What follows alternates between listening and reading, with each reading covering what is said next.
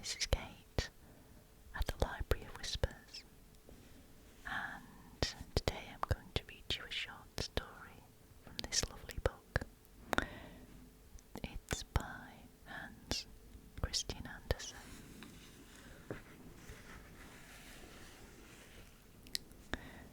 It's called The Emperor's New Clothes. Let's begin. Many years ago, there lived an emperor who was so tremendously fond of fine new clothes that he spent all his money on being elegantly dressed. He took no interest in his army or the theatre or in driving through the country unless it was to show off his new clothes. He had different clothes for every hour of the day, and just as you might say of a king that he was in the council chamber, so it was always said of the emperor, he's in his wardrobe. There was plenty of fun going on in the city where the emperor lived. Strangers were continually arriving, and one day there came two swindlers. They made out that they were weavers and could weave the very finest stuffs imaginable. Not only were colours and design unusually attractive, but the clothes made from their material had the peculiarity of being invisible to anyone who wasn't fit for his post or who was hopelessly stupid. I say, they must be wonderful clothes, thought the emperor. If I had some, I could find out which of my statesmen were unfit for their posts and also be able to tell the clever ones from the stupid. Yes, I must have some of that stuff woven for me at once. And he paid down a large sum of money to the swindlers straight away, so as to enable them to start work. And they did. They put up a couple of looms and pretended to be working, although there was absolutely nothing in the loom. They coolly demanded the most delicate silk and the finest gold thread, which they promptly stowed away in their own bags, and then they went on working far into the night at their empty looms. Well now, I wonder how they are getting on with the work, said the emperor to himself. But there was one point that really made him feel rather anxious, namely, that a man who was stupid or quite unfit for his post would never be able to see what was woven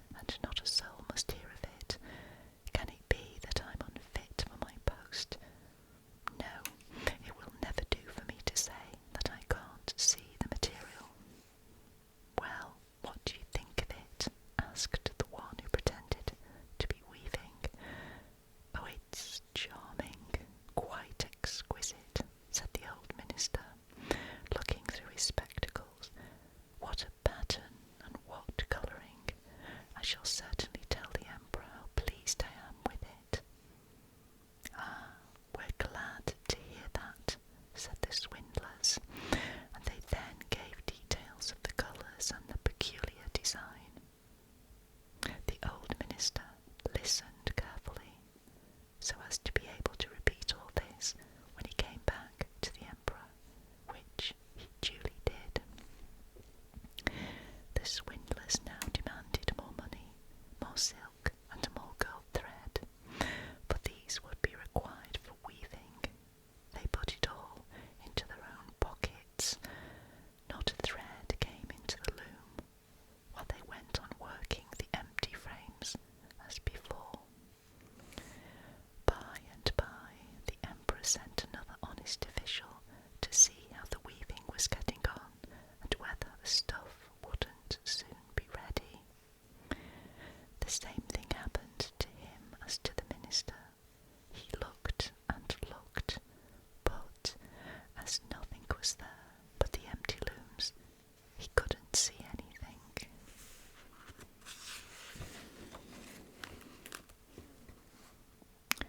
"There, isn't it a handsome piece?" said the swindlers, as they pointed out the beauty of the design, which wasn't there at all. "I know I'm not stupid," thought the man, "so it must be my fine position I'm not fit for. Some people might think that rather funny, but I must take good care they don't get to hear of it." And then he praised the material which he couldn't see, and assured them of his delight in its charming shades and its beautiful design. "Yes, it's quite exquisite," he said to the Emperor when he got back. The splendid material became the talk of the town, and now the Emperor himself said he must see it while it was still in the loom. Quite a throng of select people, including the two honest old officials who had been there already, went with him to where both the crafty swindlers were now weaving for all they were worth, without the vestige of a thread. "Look, isn't it magnificent?" said the two honest officials. "If your Majesty will but glance, what a pattern, what colouring!" And they pointed to the empty loom, feeling certain that the others could see the material. "What's this?" thought the Emperor. "I can't see anything. This is appalling. Am I stupid? Am I not fit to be Emperor? This is the most terrible thing that could happen to me." "Oh, it's quite wonderful," he said to them. "It has our most gracious approval," and he gave a satisfied nod as he looked at the empty loom. He wasn't going to say that he couldn't see anything. All the courtiers who had come with him looked and looked, but they made no more of it than the rest had done. Still, they all said just what the Emperor said. "Oh, it's quite wonderful," and they advised him to have some clothes made from this splendid new material, and to wear them for the first time in the grand procession that was shortly taking place. Magnificent, delightful, superb were the comments that ran from mouth to mouth. Everyone was so intensely pleased with it. On each of the swindlers the Emperor bestowed a knighthood with a badge to wear in his buttonhole and the title of Imperial Weaver. On the eve of the procession, the swindlers sat up all night with something like 20 lighted candles. People could see how busy they were finishing off the Emperor's new clothes. They pretended to take the stuff off the loom. They clipped away at the air with huge scissors. They worked at their needles without thread, and last they announced, "There, the Emperor's clothes are ready." Then the Emperor, with his most distinguished gentleman-in-waiting went in person to the weavers, who each put out his arm, just as if he were holding something, and said, "Here are the breeches, here is the robe, here is the mantle," and so on. They are all as light as gossamer. You can hardly feel you have anything on. That's just the beauty of them. "Yes, indeed," answered the gentleman-in-waiting, but they couldn't see a thing, for there wasn't a thing to see. "Now, will your Imperial Majesty be graciously pleased to take off your clothes," said the swindlers. "Then we can fit you with new ones there in front of the big glass." So the Emperor took off the clothes he was wearing, and the swindlers pretended to hand him each of the new garments they were supposed to have made, and they took him at the waist as if they were fastening something on. It was the train, and the Emperor turned and twisted in front of the looking-glass. "Goodness, how well they suit you, Majesty! What a wonderful fit!" they all exclaimed. "What a cut! What colours! What sumptuous robes!" The Master of Ceremonies came in with an announcement. "The canopy to be carried above your Majesty in the procession is waiting outside." "All right, I'm ready," said the Emperor. "Aren't they a nice fit?" And he turned around once more in front of the glass, for he really had to make them think he was gazing at his fine clothes. The chamberlains, who were to carry the train, groped about on the floor as if they were picking the train up, and as they walked they held out their hands, not daring to let it be thought that they couldn't see anything. There marched the Emperor in the procession under the beautiful canopy, and everybody in the streets and at the windows said, "Goodness, the Emperor's new clothes are the finest he has ever had. What a wonderful train, what a perfect fit. No one would let it be thought that he couldn't see anything, because that would have meant he wasn't fit for his job, or that he was very stupid. Never had the Emperor's clothes been such a success."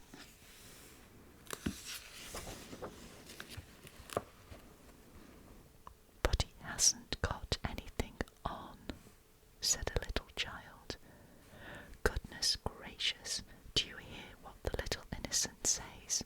cried the father, and the child's remark was whispered from one to the other. "He hasn't got anything on. There's a little child saying he hasn't got anything on.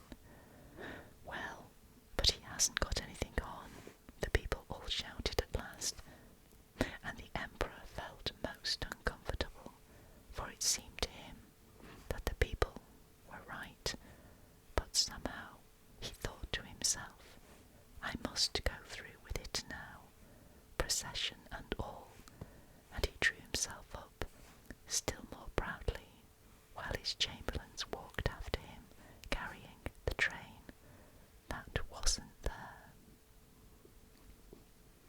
I'm now going to read to you The Princess and the Bee.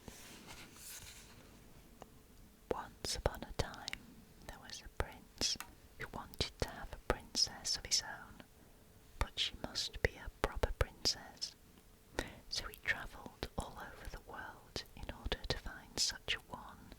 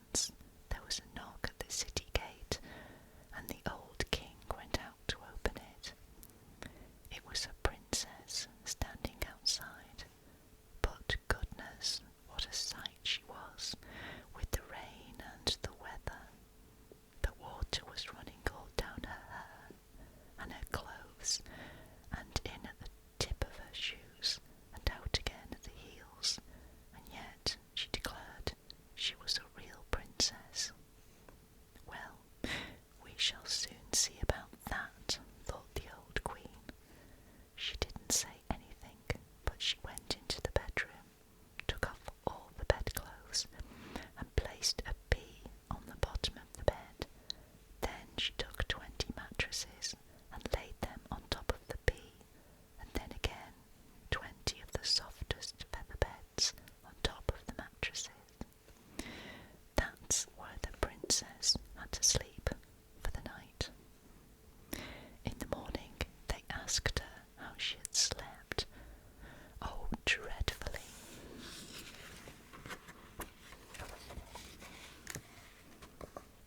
Dreadfully badly, said the princess.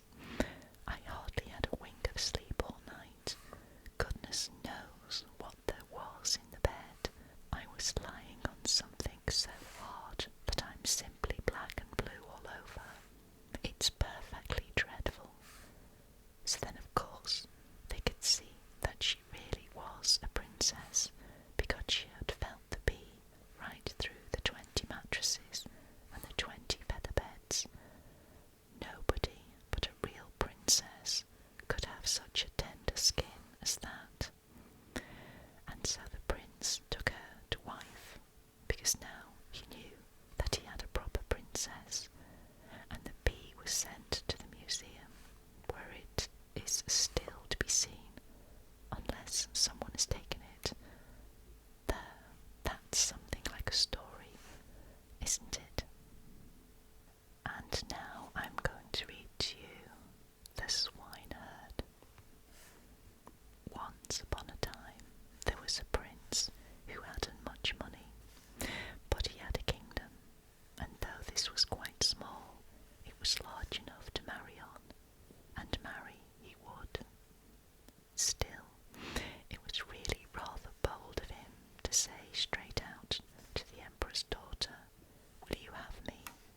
But sure enough, he did, for his name was famous everywhere, and there were hundreds of princesses who would only too gladly have taken him. But do you think she did? Well, now just listen. Growing on the grave of the prince's father was a rose tree. Oh, such a lovely rose tree. It only flowered every 5 years, and even then had but one solitary bloom. But this rose smelt so sweet that it made you forget all your cares and troubles, and the prince also had a nightingale that could sing just as if it had all the loveliest tunes hidden away in its little throat. The princess should have both the rose and nightingale, he said, and so they were placed in big silver caskets and sent to her. The emperor had them brought before him in the great hall, where the princess was playing visitors with her maids of honour. They never did anything else, and when she saw the big caskets with the presents inside, she clapped her hands with glee. "I do hope it's a pussycat," she said, but then out came the lovely rose. "Oh, isn't it pretty?" cried all the maids of honour. "It's more than pretty," said the emperor. "It's handsome." But when the princess touched it, she nearly burst into tears. "Oh, papa, what a shame," she cried. "It's not artificial, it's real." "Come, let's first see what's in the other casket before we get annoyed," suggested the emperor. And then out came the nightingale. Its singing was so lovely that for the moment there wasn't a thing that could be said against it. "Superbe! Charmant!" exclaimed the maids of honour, for they all talked French, the one worse than the other. "How the bird reminds me of Her late Majesty's musical box," said an old courtier. "Dear me, yes, exactly the same tone, the same expression." "So it is," said the emperor, and he cried like a child. "All the same, I can't believe that it's real," said the princess. "Yes, it is. It's a real live bird," said the ones who had brought it. "All right, then let it fly away," said the princess.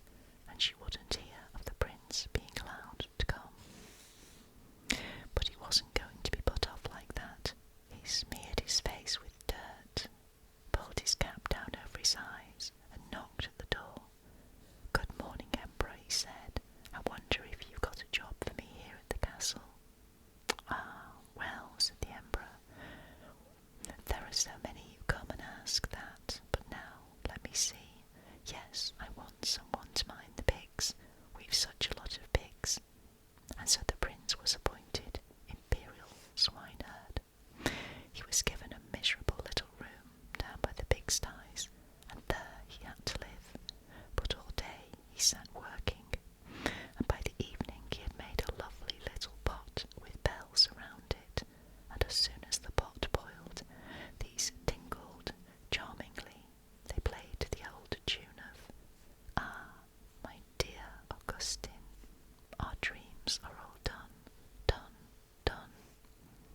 But the cunningest arrangement of all was that if you held your finger in the steam from the pot, you could at once smell what was being cooked on every fire in the town. Well, of course, that was something quite different from a rose. Presently, the princess came strolling along with all her court ladies, and when she heard the music, she stopped, looking so delighted, for she too could play "Ah, my dear Augustine." It was the only tune she knew, and she played it with one finger. "Why, that's my tune," she said. "This big man must be a man of taste. Look here, go in and ask him how much he wants for the instrument." So one of the court ladies had to run in and see him, but she put on her clogs first. "How much do you want for that pot?" she asked. "I want 10 kisses from the princess," answered the big man. "Goodness gracious," said the maid of honour. "That's the price. I can't take less," said the big man.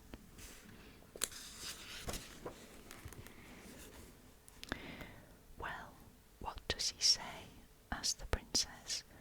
"I really can't repeat it," said the maid of honour. "It's too dreadful." "Well, then whisper it," and the maid of honour whispered it. "Oh, how rude he is," said the princess, and walked off at once. But when she had gone a little way, the bells began to tinkle so charmingly. "Ah, my dear Augustine, our dreams are all done, done, done." "Come," said the princess, "ask him if he will take 10 kisses from my ladies in waiting." "No, thank you," said the big man. 10 kisses from the princess, or I stick to my pot." "How horribly annoying," said the princess. "Well, then you ladies will have to stand in front of me, so that no one can see." The court ladies went and stood in front of her, spreading out their dresses, and then the big man had his 10 kisses, and she got her pot. Goodness, what fun they had! Day and night the pot was kept on the boil. There wasn't a kitchen in the town where they didn't know what was being cooked, whether it was the mayor's or the shoemaker's. The maids of honour danced about, clapping their hands with glee. "We know who's going to have soup and pancakes, and we know who's going to have chops and jelly. It's so interesting." "Most interesting," observed the high stewardess. "Yes, but not a word to anyone, mind you, for I'm the emperor's daughter." "Oh dear, no," they all replied. "We shouldn't dream of it." The swineherd, that is to say the prince, but you see they didn't know but what he was a regular big man, couldn't let the day go by without making something. The next thing he made was a rattle. When you swung it around, it played all the waltzes and jigs and polkas that anybody had ever heard of. "Now that really is superb," said the princess as she was passing. "I've never heard anything lovelier. Look here, go in and ask him what he wants for that instrument, but mind, no kisses." "He wants 100 kisses from the princess," said the lady in waiting, who had been in to ask. "The fellow must be mad," said the princess, and began to walk off. But when she had gone a little way, she stopped. "Art must be encouraged," she said. "After all, I'm the emperor's daughter. Tell him he shall have 10 kisses like yesterday, and my ladies in waiting will give him the rest." "Oh, but we couldn't bear to do that," said the ladies. "Nonsense," said the princess. "If I can kiss him, so can you. Remember, I give you wages and board, and once more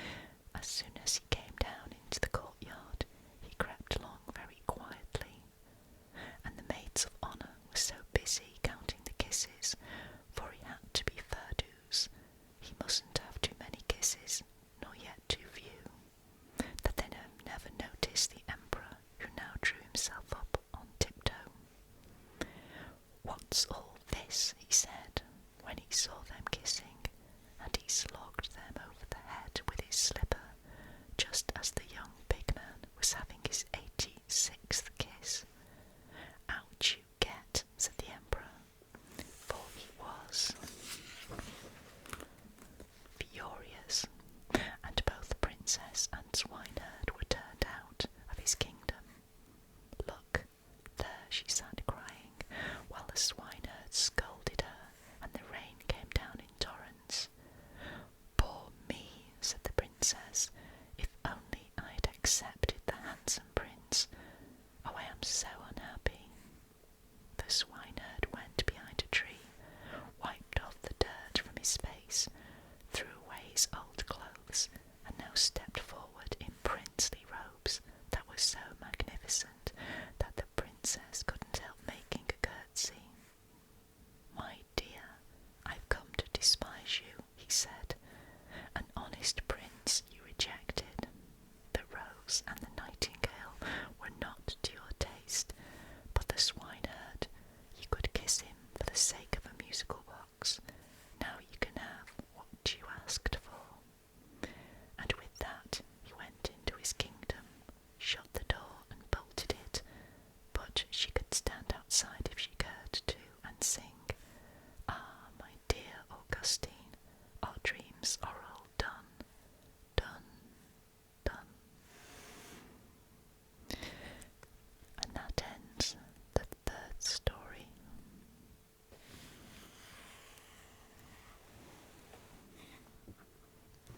This has been Kate at the Library of Whispers saying I shall see you very, very soon. Bye-bye for now. Bye-bye. Hello everybody. This is Kate from the Library of Whispers, and today I'm going to read you the story of Thumbelina. This is a story from this lovely book by Hans Christian Andersen. Let's begin. There was once a woman who did so want to have a wee child of her own, but she had no idea where she was to get it from. So she went off to an old witch and said to her, "I would so dearly like to have a little child. Do please tell me where I can find one." "Oh, that," said the witch. "Nothing easier. Take this barley corn. Mind you, it's not the kind that grows out in the fields, or that the fowls are fed with. Put it in a flower pot and see what happens." "Thank you very much," said the woman, giving the witch a shilling. She went straight home and planted the barley corn, and in no time there came up a lovely great flower, which looked just like a tulip, only the petals were shut tight, as though it was still in bud. "It is a pretty flower," said the woman, and she gave the lovely red and yellow petals a kiss. But directly she kissed it, the flower burst open with a pop. It was a real tulip. That was plain enough now. But sitting on the green pistil in the middle of the flower was a tiny little girl. She was delicately pretty and no taller than your thumb, so she was given the name of Thumbelina. A nicely varnished walnut shell did for her cradle, blue-violet petals for her mattress, and a rose leaf for her counterpane. That was where she slept at night, but in the daytime she played about on the table, where the woman had put a plate with a wreath of flowers. These dipped their stalks down into the water, in the middle of which floated a large tulip petal, where Thumbelina could sit and row herself from one side of the plate to the other, using a couple of white horsehair was a most charming sight. She could sing, too, in the sweetest little voice you ever heard. One night, as she lay in her pretty bed, a hideous toad came hopping in through a broken pane in the window. It was a great, ugly, slimy toad, and it jumped straight down onto the table where Thumbelina was lying asleep under her red rose leaf. She would make a nice wife of my son, thought the toad, and she snatched up the walnut shell in which Thumbelina was sleeping and hopped off with her through the window into the garden. There was a wide brook running through it, but the bank was swampy and muddy, and here the toad lived with her son. Wasn't he ugly and horrible, just like his mother? Coax, coax, prack, kex, was all he could say when he saw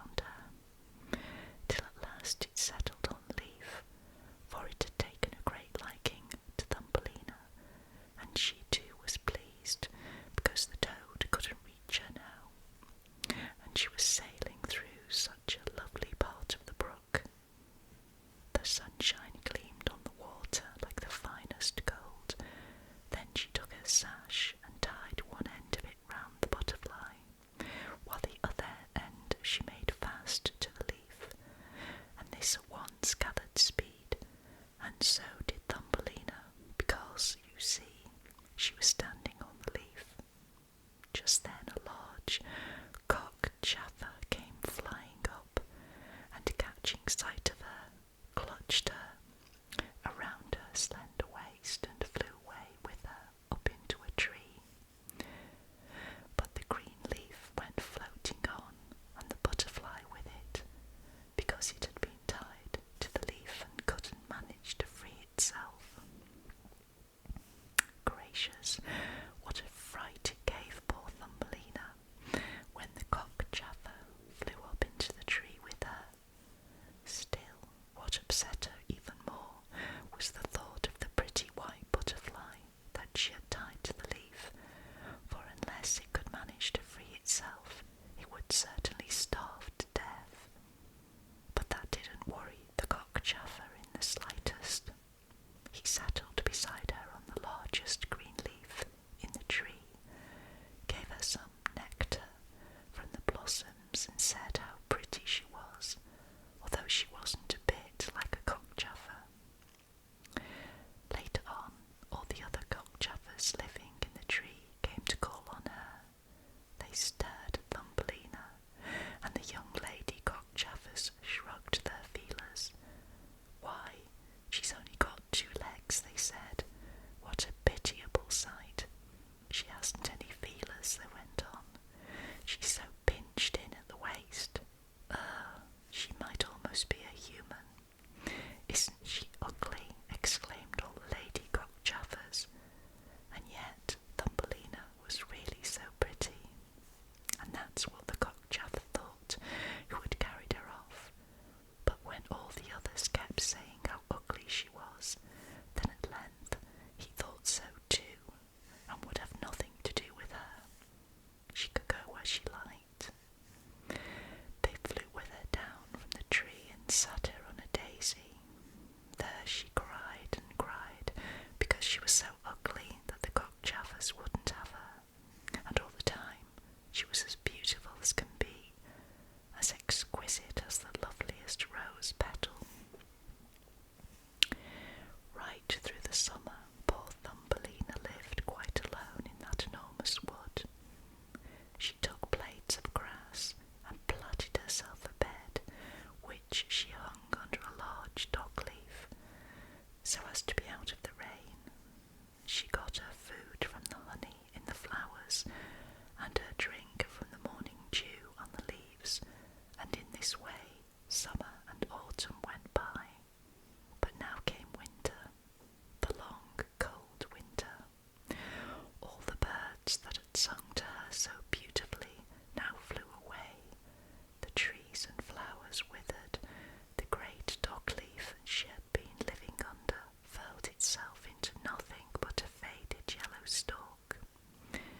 She felt the cold most terribly, for her clothes were by this time in tatters, and she herself was so tiny and delicate, poor Thumbelina, that she would surely be frozen to death.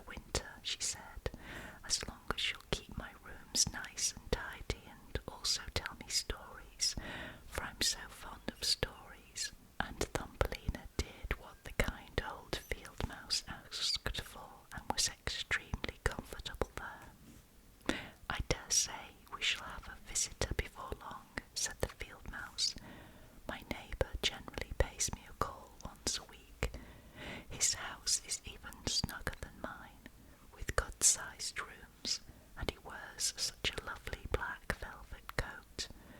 If only you could get him for a husband, you'd be comfortably off, but his sight's very bad. You must tell him all the nicest stories you know. Thumbelina took no notice of all this. She had no intention of marrying the neighbour, for he was a mole. He came and called in his black velvet coat. He was so rich and clever, according to the field mouse, and his home was 20 times the size of the field mouse's. He was very learned, but he couldn't bear sunshine and pretty flowers. He said all sorts of nasty things about them, never having seen them.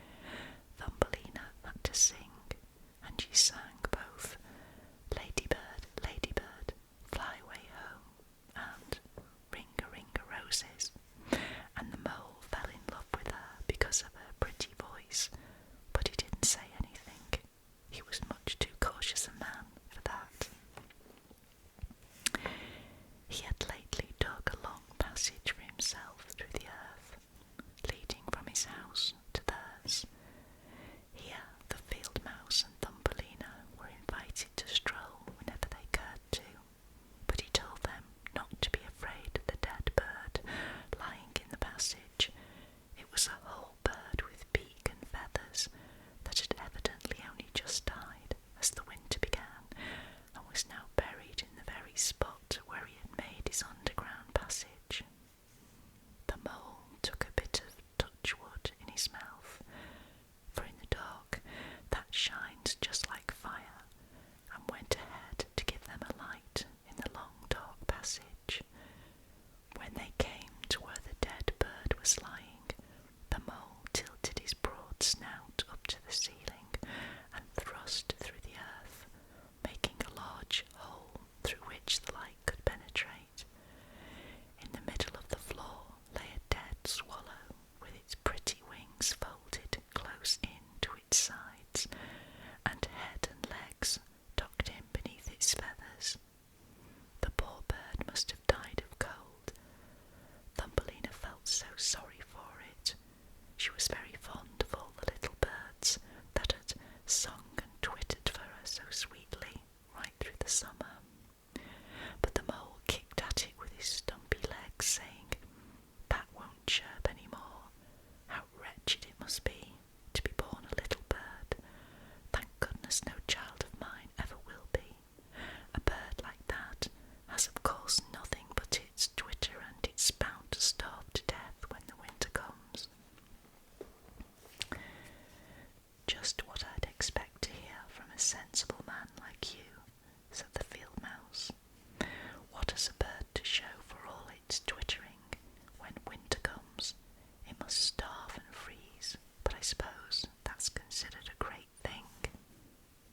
Thumbelina didn't say a word, but when the other two turned their back on the bird, she stooped down, and smoothing aside the feathers that lay over its head, she kissed its closed eyes. Who knows? This may be the very one, she thought, that used to sing so beautifully to me last summer. The mole now filled in the hole where the daylight shone through, and saw the two ladies home. But that night Thumbelina simply couldn't sleep, so she got up and plaited a fine big blanket of hay, which she carried down and spread all over the dead bird, and she took some soft cotton wool she had found in the little field mouse's room, and tucked this in at the sides, so that the bird might lie warm in the cold earth. "Goodbye, you lovely little bird," she said. "Goodbye, and thank you for your beautiful singing last summer, when all the trees were green and the sun was so bright and warm." Then she laid her head up against the bird's breast, but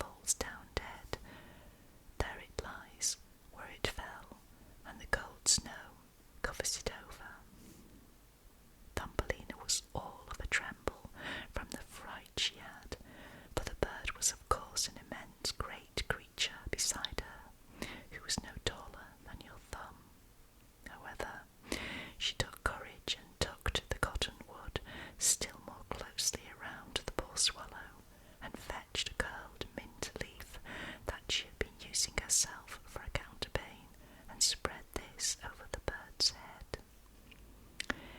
The following night she again stole down to the bird, and this time it had quite revived, but it was so feeble that it could only open its eyes for a short moment to look at Thumbelina, standing there with a bit of touchwood in her hand, for she had no other light. "Thank you, my darling child," said the sick swallow. "I'm lovely and warm now. I shall soon get back my strength and be able to fly again, out in the warm sunshine." "Ah, but it's so cold out of doors," she said. "It's snowing and freezing. Stay in your warm bed. I'll look after you all right." Then she brought the swallow some water in the petal of a flower, and the bird drank it and told her how it had torn one of its wings on a bramble, and therefore couldn't fly as fast as the other swallows when they flew up far, far away to the warm countries. At last it had fallen to the ground, but it couldn't remember anything after that, and had no idea how it came to be where it was.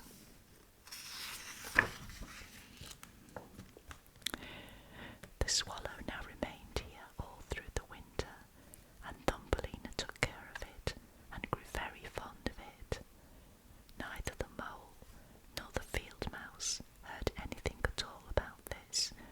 They had no liking for the poor wretched swallow. As soon as spring had arrived and the sun had begun to warm the earth, the swallow said goodbye to Thumbelina, who opened up the hole that the mole had made in the roof of the passage. The sun came shining in so pleasantly, and the swallow asked if she would like to come too. She could sit on its back, and they would fly far out into the green forest. But Thumbelina knew that it would grieve the old field mouse if she left her like that. "No, I can't," said Thumbelina. "Goodbye, goodbye, you dear, kind girl," said the swallow, as it flew into the open sunshine. Thumbelina gazed after it with tears in her eyes, for she was so fond of the poor swallow. "Tweet, tweet," sang the bird, and flew off into the woods. Thumbelina felt so sad. She was never allowed to go out into the warm sunshine. The corn that had been sown in the field above the field mouse's home was certainly very tall, so that it was like a dense wood for the poor little girl, who, after all, was only an inch high. "You will have to start making your wedding trousseau this summer," the field mouse told her, because by now their neighbour, the tiresome, tedious mole in the black velvet coat, had proposed to her. "You'll need to have both woolens and linen, something for every occasion, when you're married to the mole." So Thumbelina had to spin from a distaff, and the field mouse engaged 4 spiders to spin and weave day and night. Every evening there was a visit from the mole, who always kept on about how, when summer was over, the sun wasn't nearly so warm, whereas now it scorched the earth till it was as hard as a stone. Yes, and when the summer had ended, there was to be his wedding with Thumbelina. But she wasn't at all pleased, for she found the mole such a terrible bore. Every morning as the sun rose, and every evening as it set, she stole out to the door, and when the wind parted the ears of corn so that she could see the blue sky, she thought how lovely and bright it was out there, and did so wish she could catch sight of the dear swallow once more.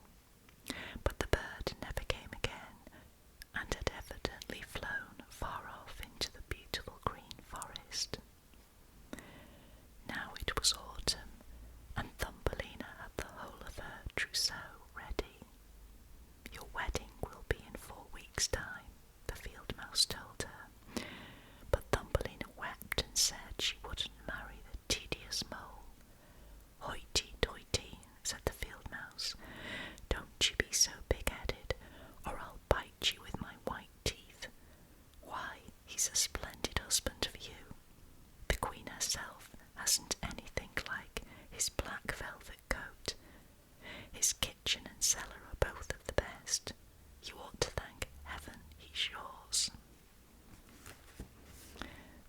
The wedding day arrived. The mole was already there to fetch Thumbelina. She would have to live with him deep down under the earth and never come out into the warm sunshine, for he didn't care for that. The poor child was very sad at having to say goodbye to the beautiful sun, which she had at least been allowed to look at from the doorway when she was living with the field mouse. Goodbye, bright sun, she said, and stretching out her arms to it, she also took a few steps out from the field mouse's dwelling, for the harvest was in, and nothing was left but the dry stubble. Goodbye, goodbye, she said, throwing her tiny arms around a little red flower standing near. Remember me to the dear swallow if you happen to see it. Tweet, tweet, she heard suddenly over her head. She looked up, and there was the swallow just passing. How delighted it was to see Thumbelina. She told the bird how she disliked having to marry the ugly mole, and to live deep down under the earth, where the sun never shone. She couldn't help crying at the thought. The cold winter will soon be here, said the swallow.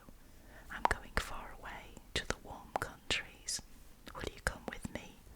You can sit on my back, just to tie yourself on with your sash, and away we'll fly from the ugly mole and his dingy house, far away across the mountains to the warm countries, where the sun shines more brightly than it does here, and there's always summer with its lovely flowers.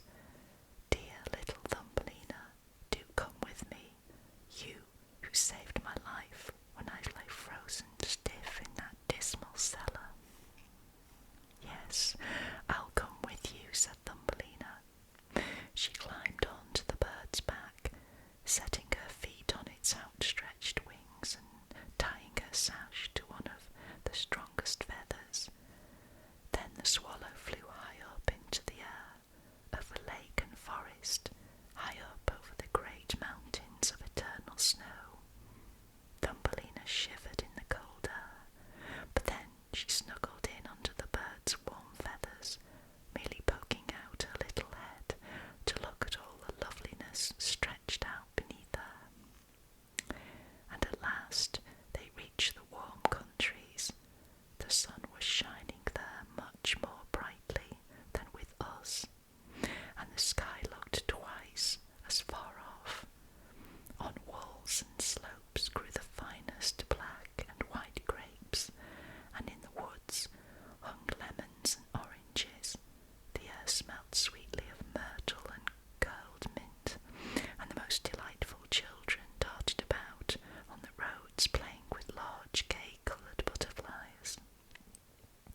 But the swallow kept flying on, and the country became more and more beautiful, till at last they came upon an ancient palace of glittering white marble, standing among vivid green trees beside a blue lake.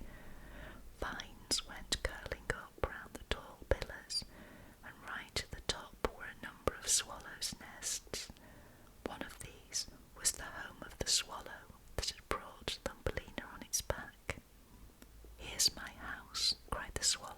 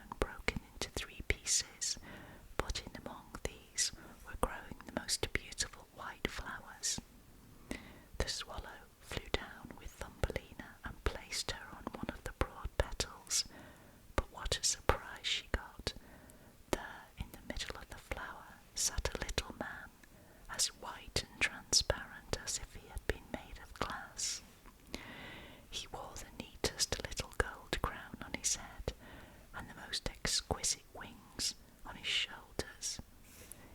He himself was no bigger than Thumbelina. He was the guardian spirit of the flower. Each flower had just such a little man or woman living on it, but this one was king of them all. Goodness, how handsome he is, whispered Thumbelina to the swallow. The little monarch was very frightened of the swallow, which of course seemed a gigantic bird beside one so small and delicate as himself. But when he caught sight of Thumbelina, he was enchanted, for she was much the prettiest little lady he had ever seen. So he took the golden crown off his head and placed it on hers. At the same time, he asked her what her name was and whether she would be his wife. If so, she would become queen of all the flowers. Well, he would be a proper husband for her, quite different from the son of the old toad and from the mole with the black velvet coat. So she said yes to the handsome king, and from every flower there appeared a lady or a gentleman that was the most dapper little creature imaginable. Each one brought a present for Thumbelina, but the best of them all was a pair of beautiful wings from a large white fly. These were fastened to her back, so that she too could flit from flower to flower. There was such rejoicing, and the swallow sat up above in its nest and sang for them as well as it could. But the poor bird was really too sad at heart, for it was very fond of Thumbelina and would have liked never to be parted from her. You shan't be called Thumbelina, said the guardian spirit of the flower to her. It's an ugly name, and you are so pretty, we will call you Maya. Goodbye, goodbye, said the swallow, and flew away again from the warm countries, far away, back to Denmark. There it had a little nest above the window, where the man lives who can tell fairy tales, and there it was that the swallow sang tweet tweet to him, and that's where the whole story comes from.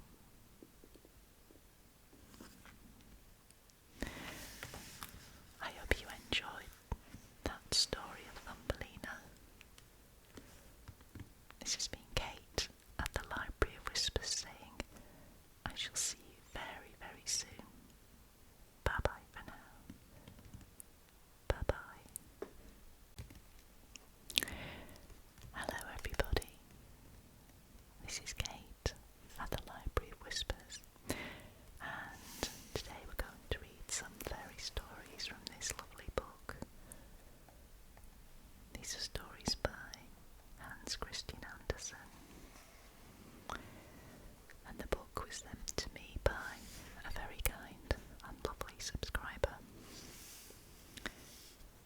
So the first tale is The Ugly Duckling. Let's begin. Summertime.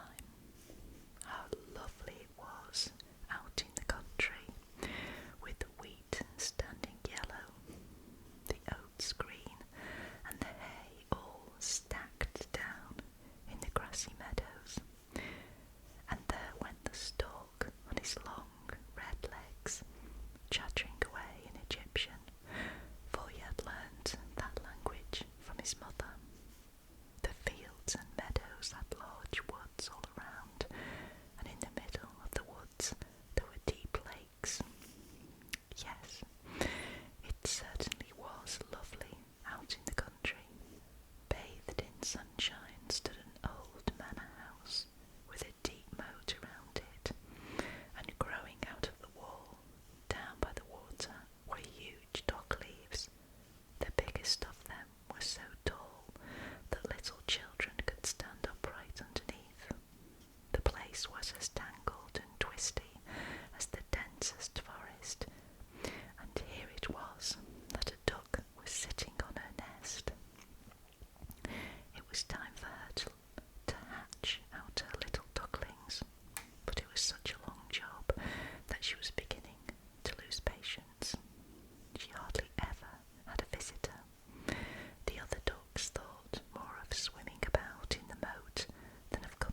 sitting under a dock leaf just for the sake of a quack with her. At last, the eggs cracked open, one after the other. Peep, peep, and all the yolks had come to life and were sticking out their heads. Quack, quack, said the mother duck, and then the little ones scuttled out as quickly as they could, prying all around under the green leaves, and she let them do this as much as they liked, because green is so good for the eyes.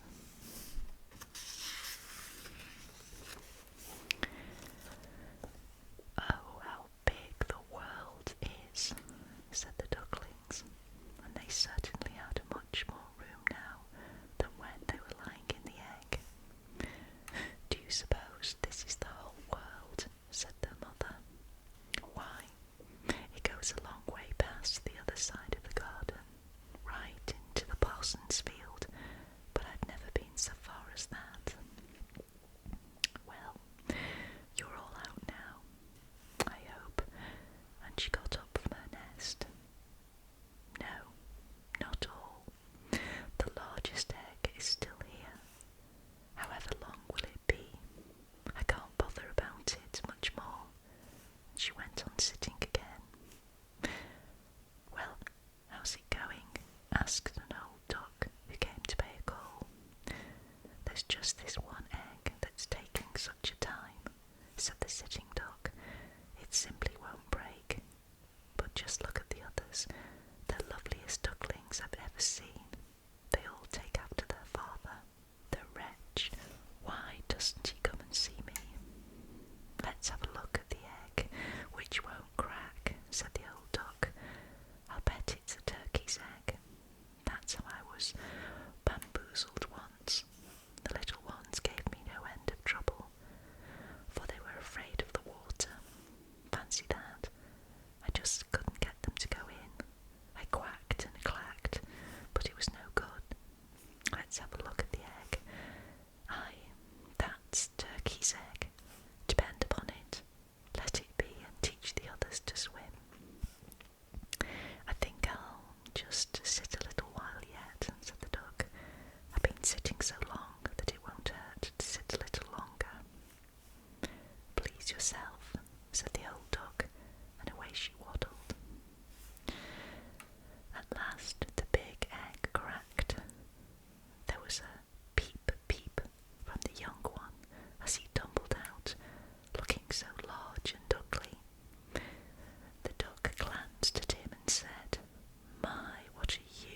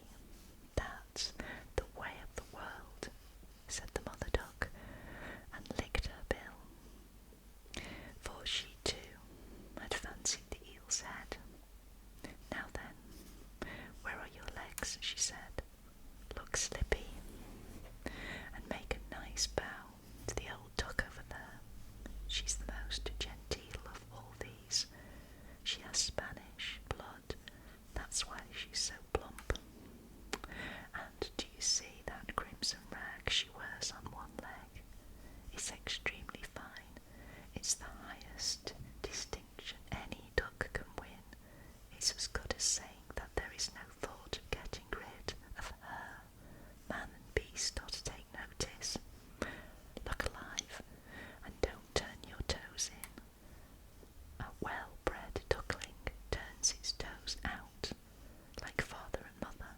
That's it. Now make a bow and say, quack. They all obeyed, but the other ducks round about looked at them and said out loud, there, now we've got to have that rabble as well, as if there weren't enough of us already. What a sight that duckling is! We can't possibly put up with him. And one duck immediately flew at him and bit him in the neck. Leave him alone, said the mother. He's doing no one any harm. Yes, but he's so gawky and peculiar, said the one that had pecked him, so he'll have to be squashed. What pretty children you have, my dear, said the old duck, with a rag on her leg. All of them but one, who doesn't seem right. I only wish you could make him all over again.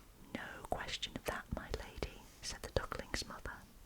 He's not pretty, but he's so good-tempered, and he can swim just as well as the others. I dare say, even a bit better. I fancy his looks will improve as he grows up, or maybe in time he'll grow down a little. He lay too long in the egg, that's why he isn't quite the right shape. And then she plucked his neck for him and smoothed out his feathers.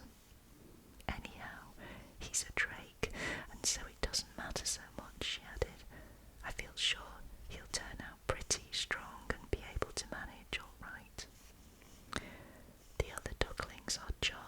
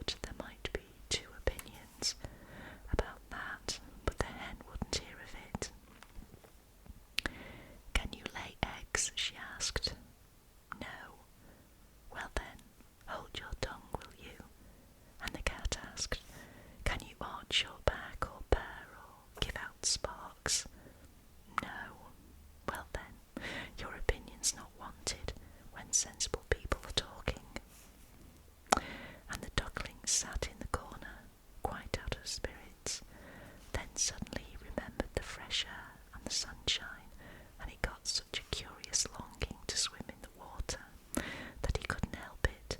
He had to tell the hen. "What's the matter with you?" she asked. "You haven't anything to do. That's why you get these fancies. They'd soon go if only you'd lay eggs or else purr."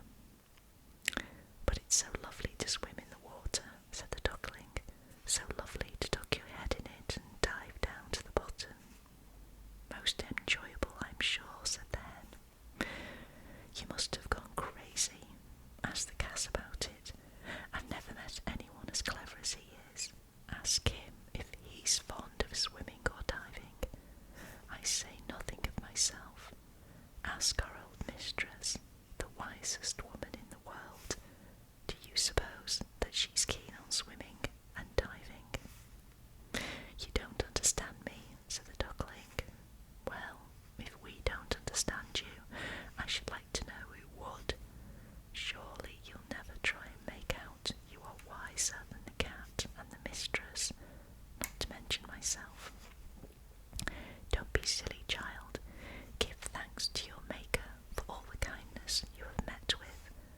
Haven't you come to a nice warm room where you have company that can teach you something? But you're just stupid, and there's no fun in having you here.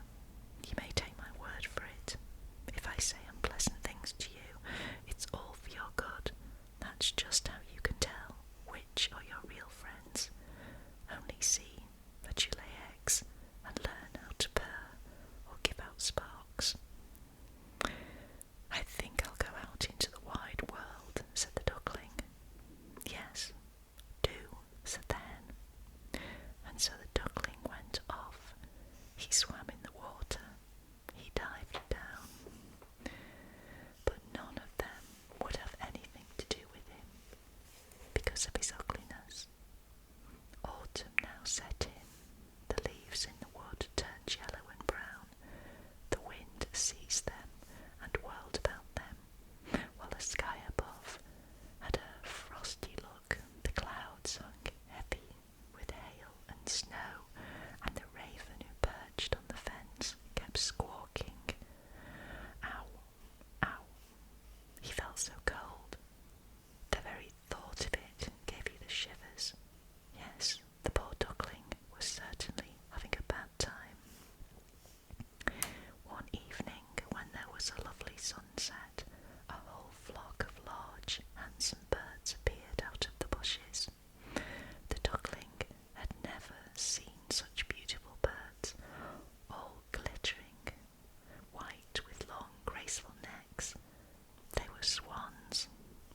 They gave the most extraordinary cry, spread out their magnificent long wings, and flew from this cold country away to warmer lands and open lakes. They mounted high, high up into the air, and the ugly little duckling felt so strange as he watched them. He turned round and round in the water like a wheel, and craned his neck in their direction, letting out a cry so shrill and strange that it quite scared even himself. Ah, he could never forget those beautiful, fortunate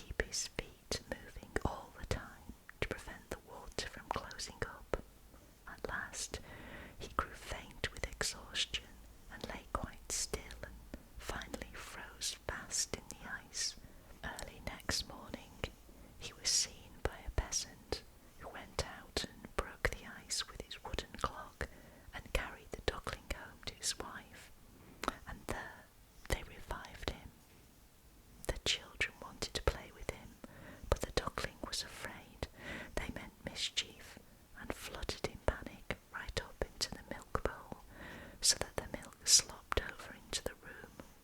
The woman screamed out and clapped her hands in the air, and then he flew away into the butter tub, and from there down into the flour bin and out of it again. Dear, dear, he did look an object.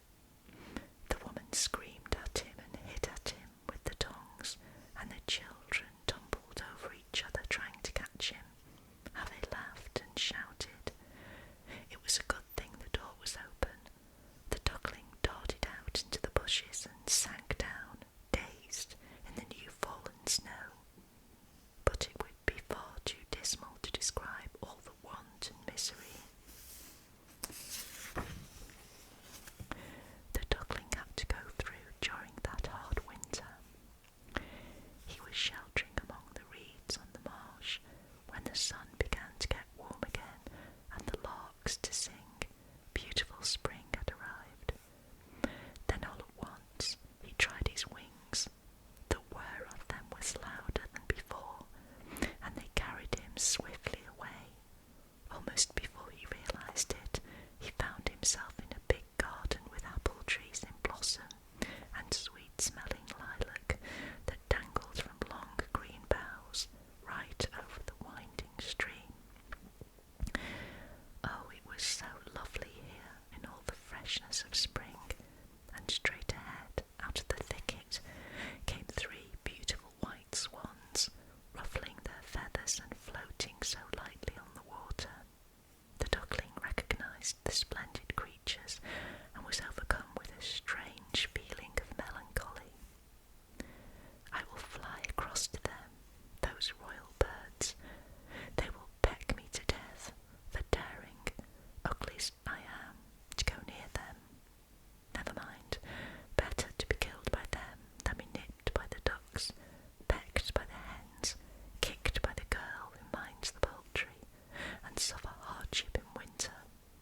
And he flew out onto the water and swam towards the beautiful swans. As they caught sight of him, they darted with ruffled feathers to meet him. Yes, kill me, cried the poor creature, and bowed his head to the water, awaiting death. But what did he see there in the clear stream? It was a reflection of himself that he saw in front of him, but no longer a clumpy, greyish bird, ugly and unattractive. No, he was himself a swan. It doesn't matter about being born in a duckyard, as long as you are hatched from a swan's egg. He felt positively glad at having gone through so much hardship and want. It helped him to appreciate all the happiness and beauty that were there to welcome him. And the 3 great swans swam round and round and stroked him with their beaks. Some little children came into the garden and threw bread and grain into the water, and the smallest one called out, "There's a new swan!" And the other children joined in with their shouts of delight. Yes, there's a new swan! And they clapped their hands and danced about, and ran to fetch father and mother. Bits of bread and cake were thrown into the water,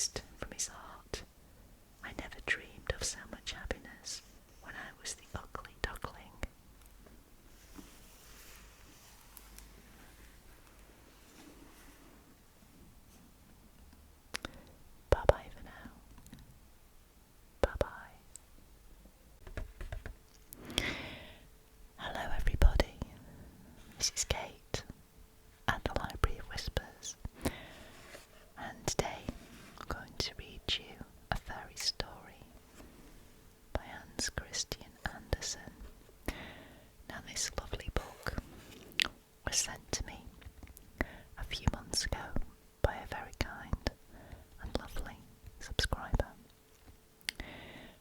and I thought, let's read some stories. It's also coffee time, which is the best kind of time. Let's have a sip.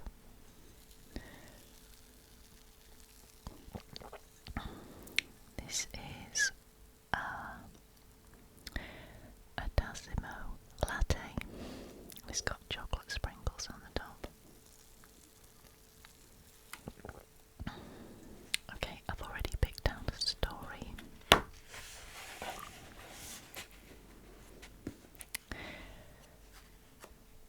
This is The Little Mermaid. Far out at sea, the water's as blue as the petals of the loveliest cornflower, and as clear as the purest glass, but it's very deep, deeper than any anchor can reach. Many church steeples would have to be piled up one above the other to reach from the bottom of the sea to the surface. Right down there live the sea people. Now, you mustn't for a moment suppose that it's a bare white sandy bottom. Oh no, the most wonderful trees and plants are growing down there, with stalks and leaves that bend so easily that they stir at the very slightest movement of the water, just as though they were alive. All the fishes, big ones and little ones, slip in and out of the branches, just like birds in the air up here. Down in the deepest part of all is the Sea King's palace. Its walls are made of coral, and the long pointed windows of the clearest amber, but the roof is made of cockle shells that are open and shut with the current. It's a pretty sight, for in each shell is a dazzling pearl. Any single one of them would be a splendid ornament in a queen's crown. The Sea King down there had been a widower for some years, but his old mother kept house for him. She was a clever woman, but proud of her noble birth. That's why she went about with 12 oysters on her tail, while the rest of the nobility had to put up with only 6. But apart from that, she was deserving of special praise, because she was so fond of the little sea princesses, her grandchildren. They were 6 pretty children, but the youngest was the loveliest of them all. Her skin was as clear and delicate as a rose leaf. Her eyes were as blue as the deepest lake, but like the others, she had no feet. Her body ended in a fish's tail. All the long day they could play down there in the palace, in the great halls where living flowers grew out of the walls. The fishes would swim into them, just as with the swallows fly in when we open the windows.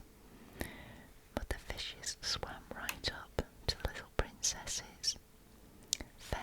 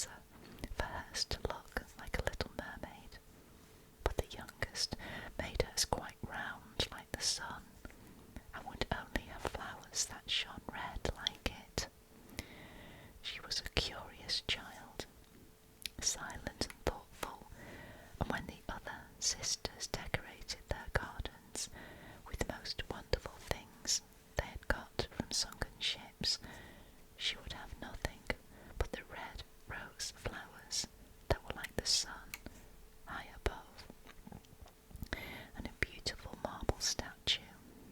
It was the statue of a handsome boy, hewn from the clear white stone and come down to the bottom of the sea from a wreck.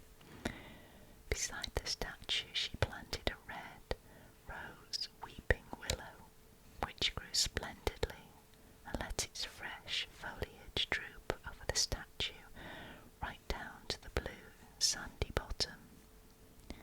Here the shadow took on a violent tinge, and, like the branches, was never still. Roots and treetop looked as though they were playing at kissing each other. Nothing pleased her more than to hear about the world of humans up above the sea. The old grandmother had to tell her all she knew about ships and towns, people and animals. One thing especially surprised her with its beauty, and this was that the flowers had a smell. At the bottom of the sea they hadn't any, and also that the woods were green, and the fishes you saw in among the branches could sing as clearly and prettily as possible. It was the little birds that the grandmother called fishes. Otherwise, never having seen a bird, the small sea princesses would never have understood her. Let me have a little bit of coffee.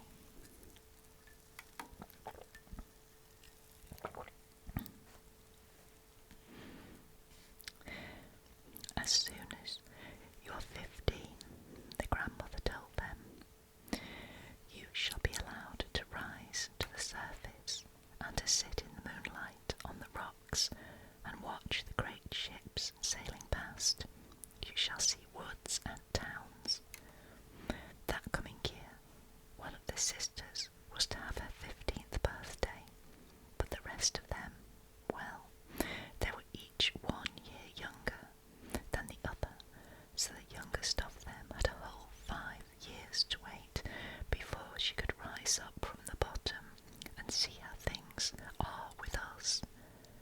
But each promised to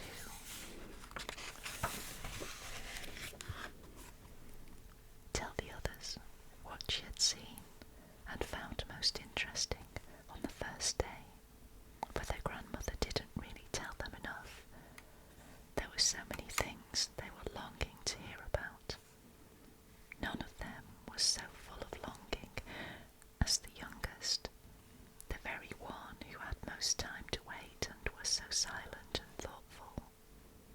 Many a night she stood at the open window and gazed up through the dark blue water, where the fishes frisked their tails and fins. She could see the moon and the stars, though it's true their light was rather pale, and yet through the water they looked much larger than they do to us, and if ever a kind of black cloud went gliding along below them, she knew it was either a whale swimming above her, or else a vessel with many passengers. These certainly never imagined that a lovely little mermaid was standing beneath and stretching up her white hands towards the keel of their ship. By now, the eldest princess was 15 and allowed to go up to the surface. When she came back, she had 100 things to tell, but the loveliest, she said, was to lie in the moonlight on a sandbank in a calm sea, and there, close in to the shore, to look at the big town where the lights were twinkling like 100 stars, to listen to the sound of music and the noise and clatter of carts and people, to see all the towers and spires on the churches and hear the bells ringing.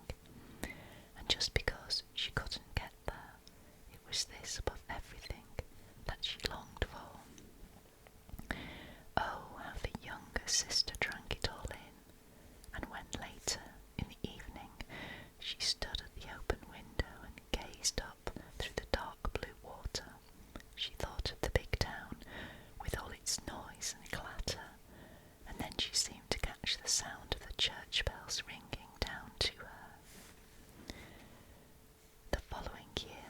The second sister was allowed to go up through the water and swim wherever she liked. She came to the surface just as the sun was setting, and that was the sight she found most beautiful. The whole sky had looked like gold, she said, and the clouds, well, she just couldn't describe how beautiful they were as they sailed, all crimson and violet, over her head.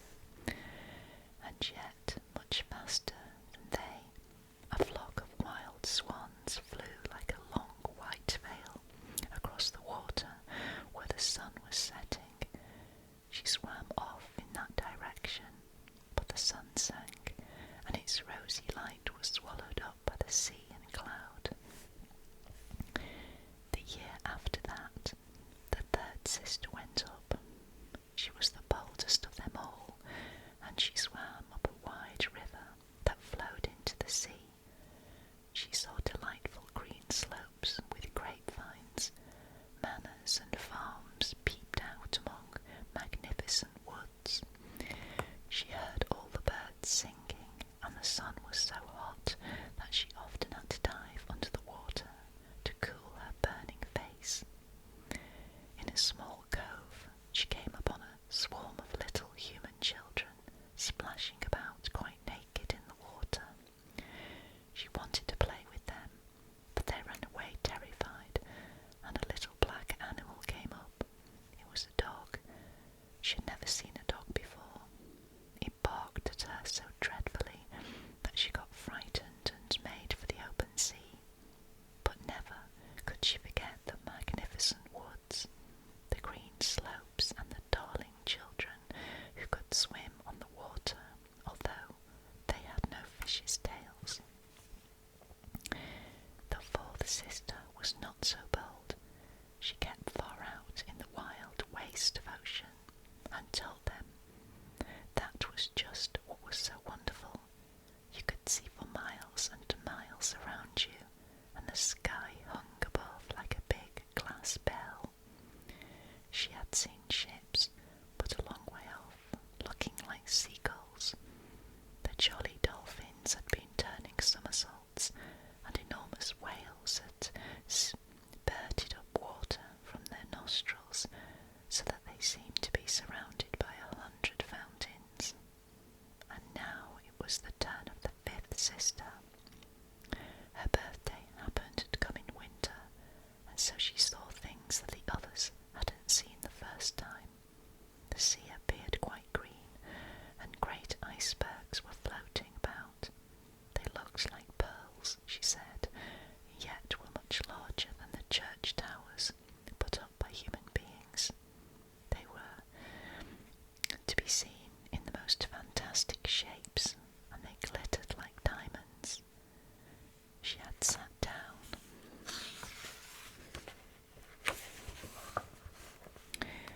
on one of the biggest, and all the ships gave it a wide berth as they sailed in terror past where she sat with her long hair streaming in the wind.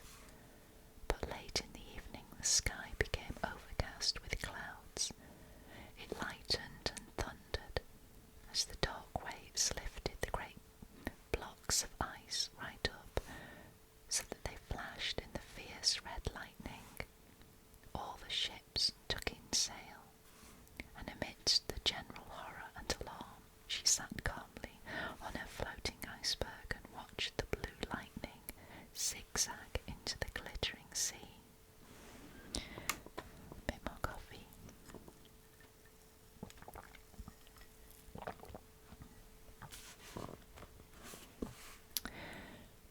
The first time one of the sisters went up to the surface, she would always be delighted to see so much that was new and beautiful.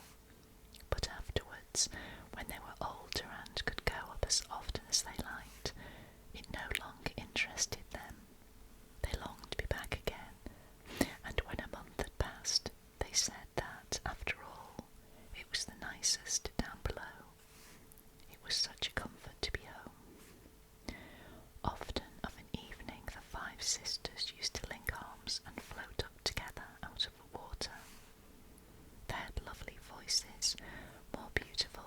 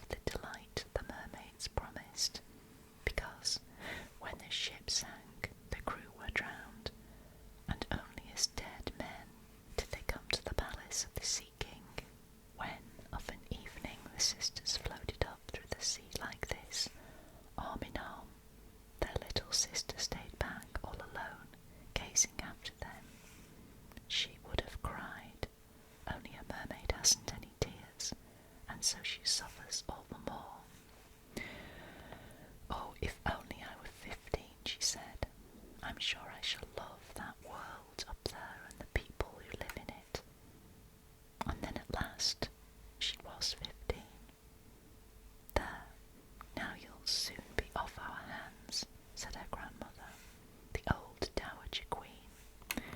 "Come now, let me dress you up like your sisters," and she put a wreath of white lilies on her hair, but every petal of the flowers was half a pearl.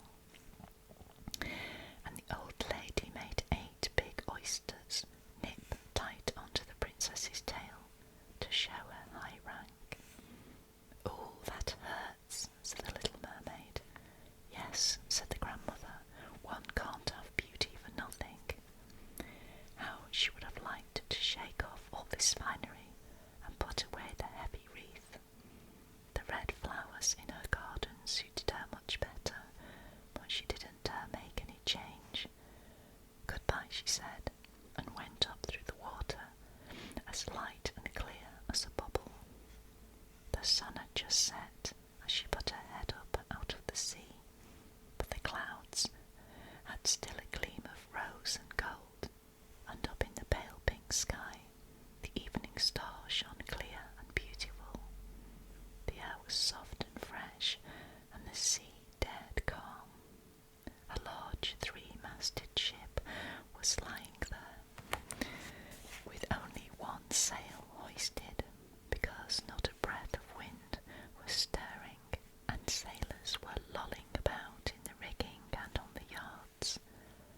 There was music and singing, and as it grew dark, hundreds of lanterns were lit that, with their many different colours, looked as if the flags of all nations were flying in the breeze. The little mermaid swam right up to the porthole of the cabin, and every time she rose with the swell of the wave, she could see through the clear glass a crowd of splendidly dressed people. But the handsomest of them all was a young prince with large dark eyes. He couldn't have been much more than 16. It was his birthday, and that's why they were all this set out. As the young prince came out onto the deck where sailors were dancing, over 100 rockets swished up into the sky and broke into a glitter like broad daylight. That frightened little mermaid, and she dived down under the water, but she quickly popped up her head again, and look, it was just as if all the stars in heaven were falling down on her. Never had she seen such fireworks. Great suns went spinning around, gorgeous fire fishes swerving into the blue air, and all this glitter was mirrored on the clear, still water. On board the ship herself, it was so light that you could make out every little rope, let alone the passengers. Oh, how handsome the young prince was! He shook hands with the sailors, he laughed and smiled, while the music went floating out into the loveliness of the night. Let's have a bit more coffee.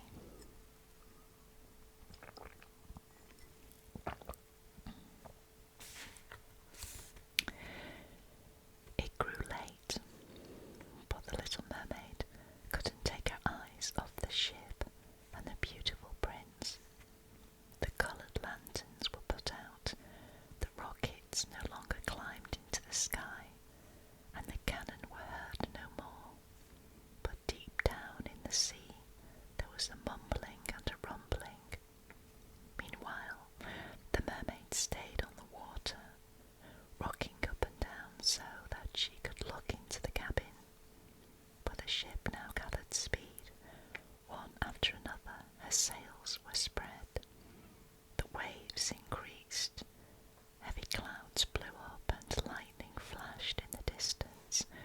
Yes, they were in for a terrible storm, so the sailors took in their sails as the great ship rocked and scudded through the raging sea. The waves rose higher and higher like huge black mountains, threatening to bring down the mast, but the ship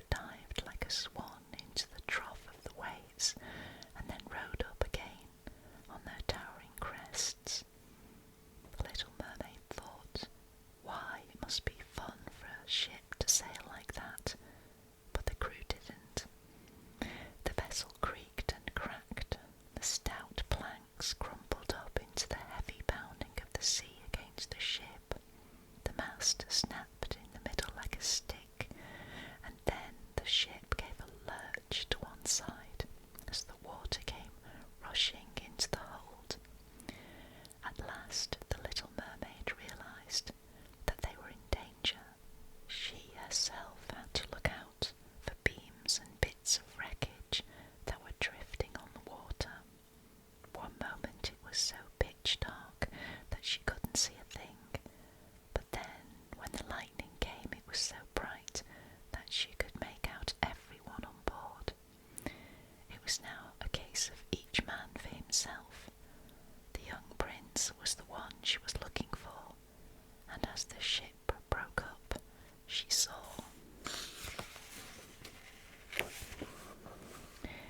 him disappear into the depths of the sea.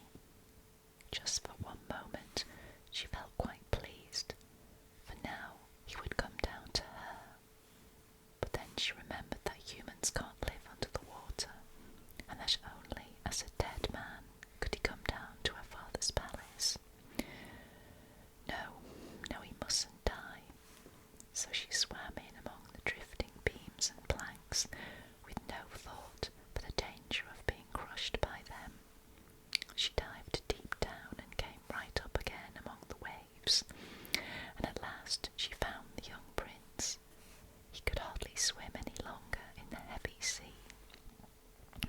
His arms and legs were beginning to tire. The fine eyes were closed. He would certainly have drowned if the Little Mermaid had not come. She held his head above water and then let the waves carry her along with him. By morning the gale had quite gone. Not the smallest trace of the ship was to be seen. The sun rose red and glowing out of the water and seemed to bring life to the prince's cheeks, but his eyes were still shut. The mermaid kissed his fine high forehead and smoothed back his dripping hair. He was like the marble statue down in her little garden. She kissed him again and wished that he might live. Presently she saw the mainland in front of her, high blue mountains with the white snow glittering on their peaks like nestling swans. Down by the shore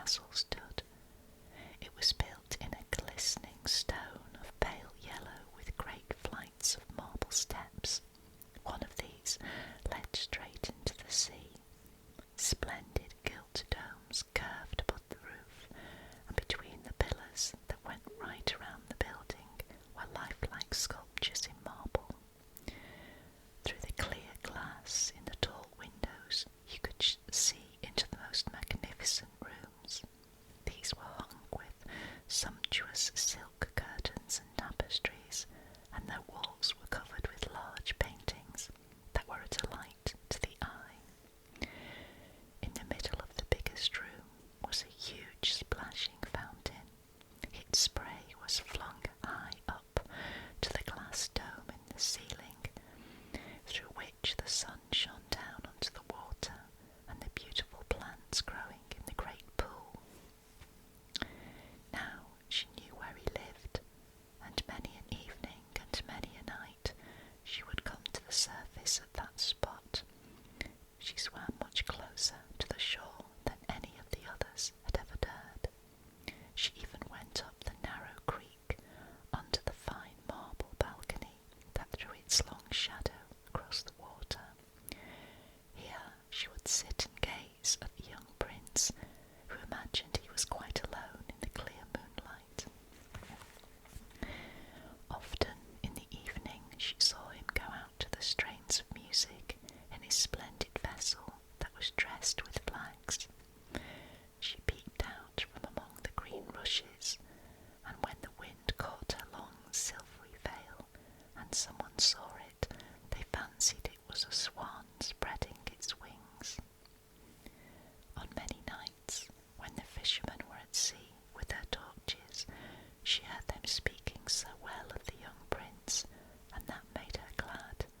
She had saved his life when he drifted about half dead on the waves, and she thought of how closely his head had rested on her bosom, and how lovingly she had kissed him. But he knew nothing whatsoever about that, never even dreamed she existed. Fonder and fonder she became of human beings. More and more she longed for their company. Their world seemed to her to be so much larger than her own. You see, they could fly across the ocean in ships, climb the tall mountains high above the clouds, and the lands they owned stretched with woods and meadows further than her eyes could see. There was so much she would have liked to know, but her sisters couldn't answer all her questions, and so she asked the old grandmother, for she knew all about the upper world, as she so aptly called the countries above the sea. Bit more coffee.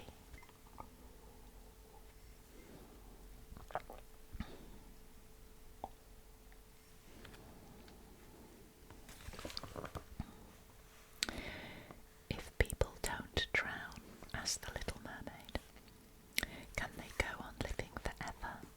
Don't they die, as we do down here, in the sea? Yes, yes, said the old lady. They too have to die. Their lifetime is even shorter than ours. We can live for 300 years, but when our life here comes to an end, we merely turn into foam on the water. We haven't even a grave down here among those we love. We've no immortal soul. We shall never have another life. We're like the green rush. Once it's been cut, it can't grow green again. But human beings have a soul which lives forever, still lives after the body is turned to dust. The soul goes climbing up through the clear air, up till it reaches the shining stars, just as we rise up out of the sea and look at the countries of human beings. So they rise up to beautiful unknown regions, ones we shall never see. Why haven't we got an immortal soul? The Little Mermaid asked. Sadly, I would give the whole 300 years I have to live to become for one day a human being and then share in that heavenly world. You mustn't go worrying about that, said the grandmother. We're much happier and better off here than the people who live up there. So then I'm doomed to die and float like foam on the sea, never to hear the music of the waves or see the lovely flowers and the red sun. Isn't there anything at all I can do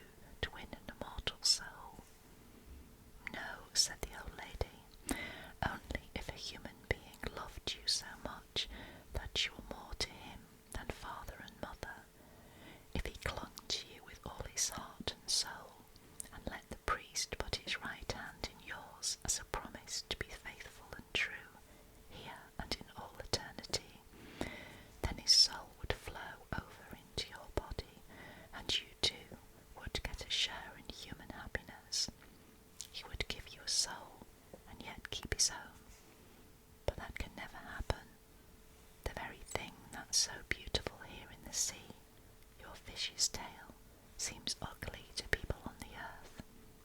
They know so little about that they have to have two clumsy supports called legs in order to look nice. That made the Little Mermaid sigh and look sadly at her fish's tail. We must be content, said the old lady.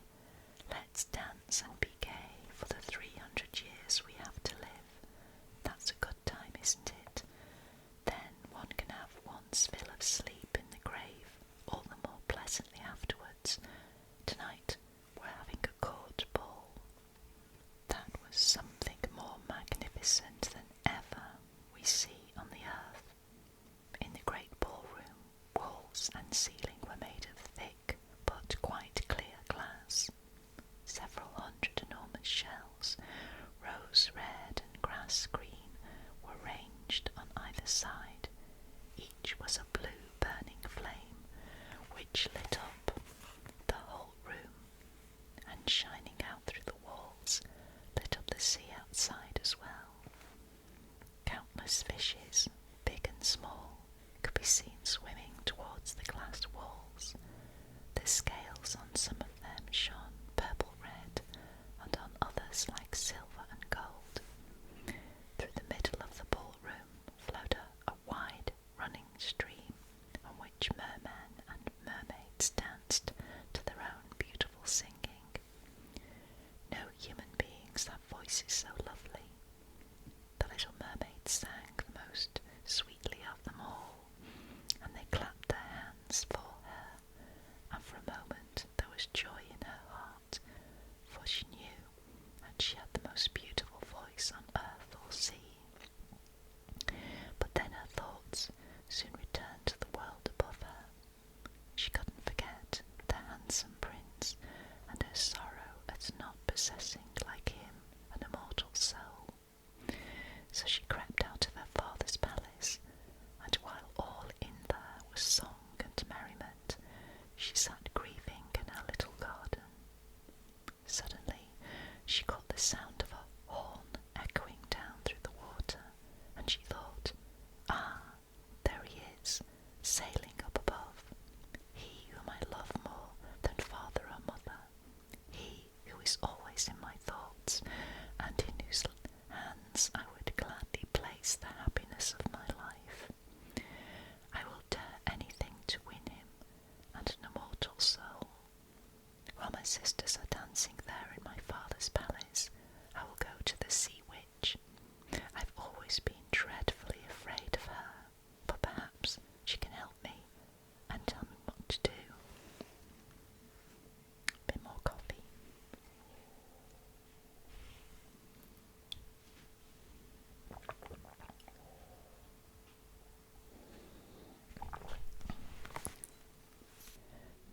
So the Little Mermaid left her garden and set off for the place where the witch lived, on the far side of the roaring whirlpools.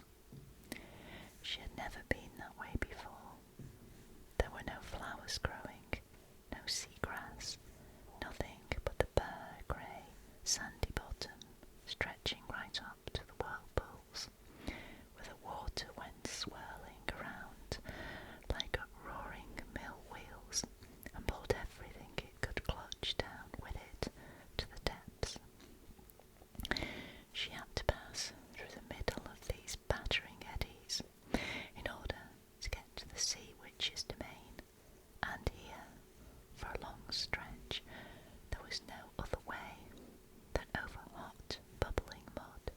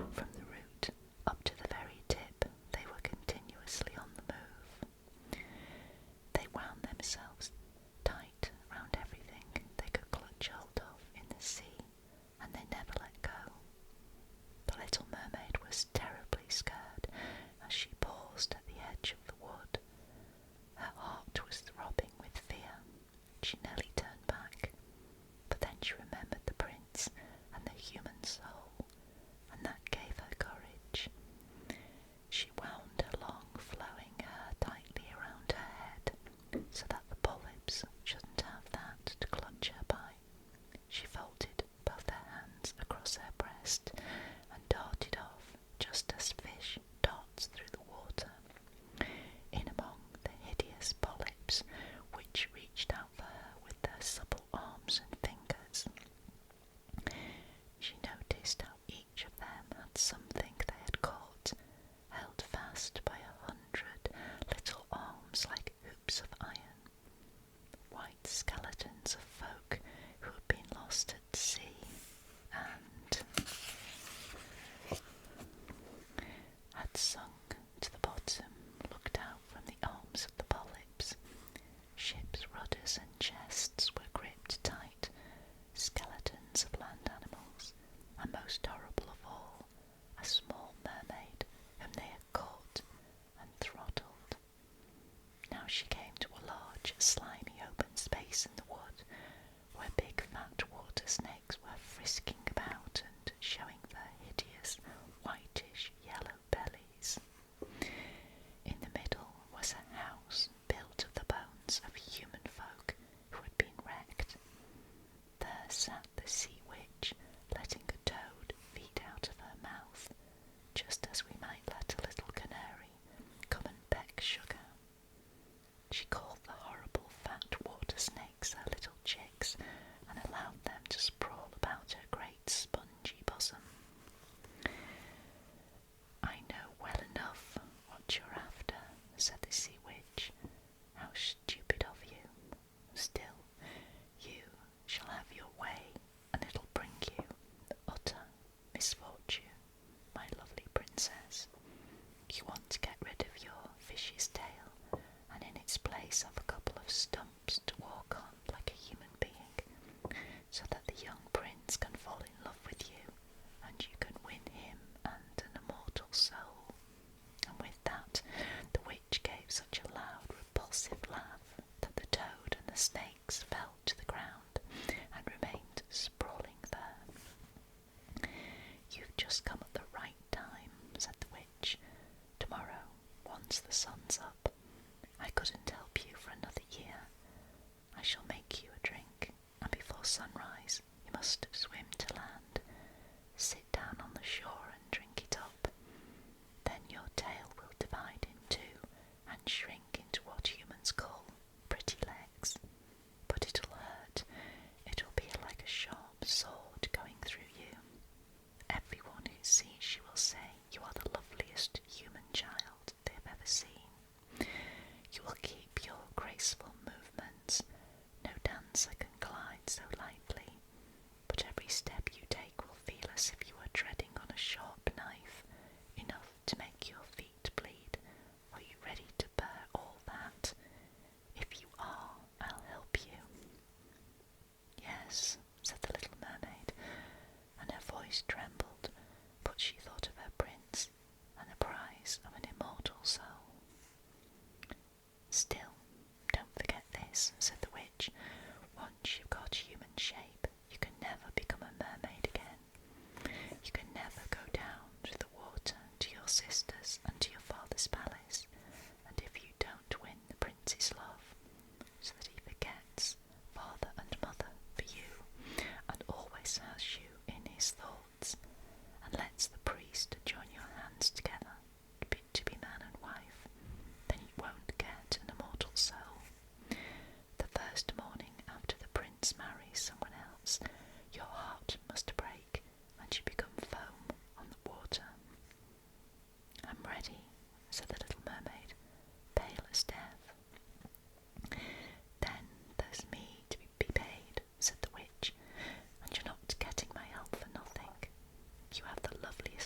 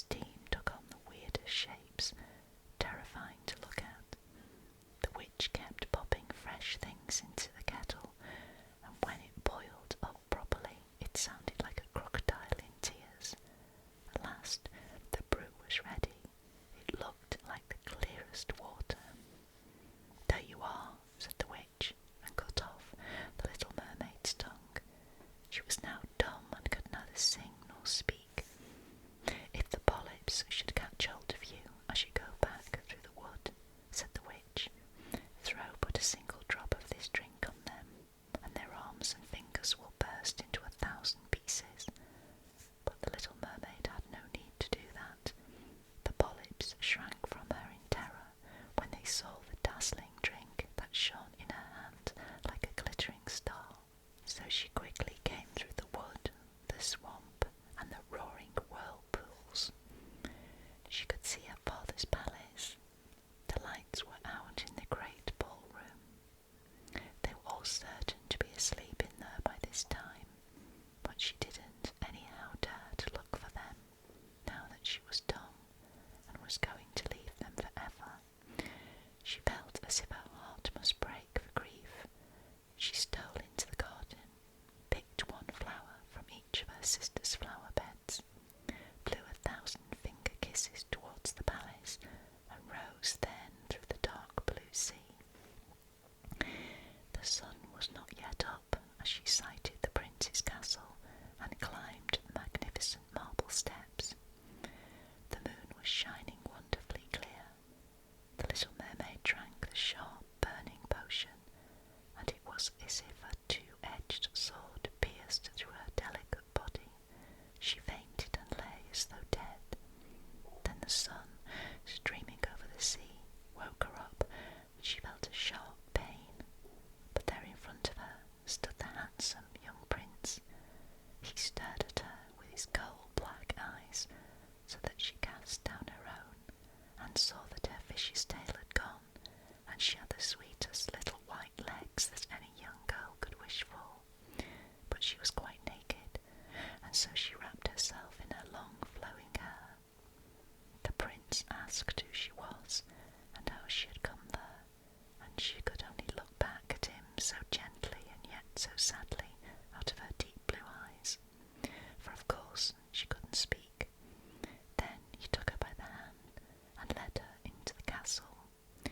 Every step she took, as the witch had foretold, was as though she were treading on sharp knives and pricking gimlets, but she gladly put up with that. By the side of the prince she went along as lightly as a bubble, and he and all of them marvelled at the charm of her graceful movements. Costly dresses were given her of silk and muslin. She was the most beautiful in all the castle, but she was dumb. She could neither sing nor speak.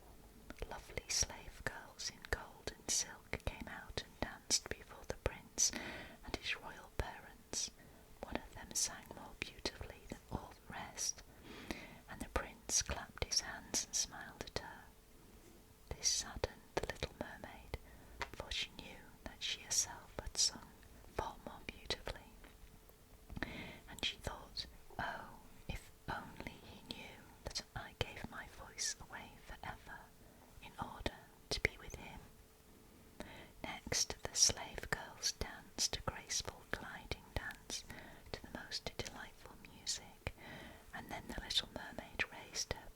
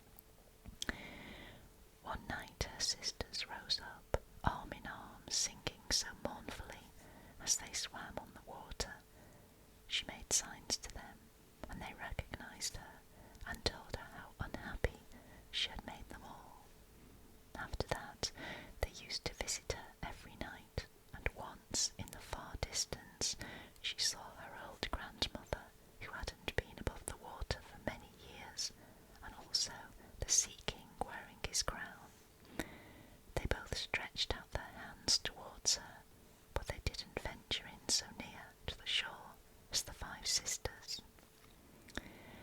Day by day she became dearer to the prince. He loved her as one loves a dear good child, but he didn't dream of making her his queen, and yet she had to become his wife, or else she would never win an immortal soul, but on his wedding morning would be turned to foam on the sea. "Do you like me best of all?" the little mermaid's eyes seemed to say, when he took her in his arms and kissed her lovely brow. "Yes," said the prince, "you're the dearest of all, because you have the kindest heart. You are the most devoted to me, and you remind me of a young girl I once saw, but shall probably never see again. I was sailing in a ship that was wrecked. The waves drove me ashore near a sacred temple where a number of young girls were serving. The youngest, who found me on the beach and saved my life, I only saw her twice. She was the only one I could ever love in this world, but you are so like her that you almost take the place of her image in my heart. She belongs to the holy temple, so that fortune has been kind in sending you to me. We will never part. Ah, little does he know that it was I who saved his life," thought the mermaid, "that I carried him across the sea to the temple in the wood.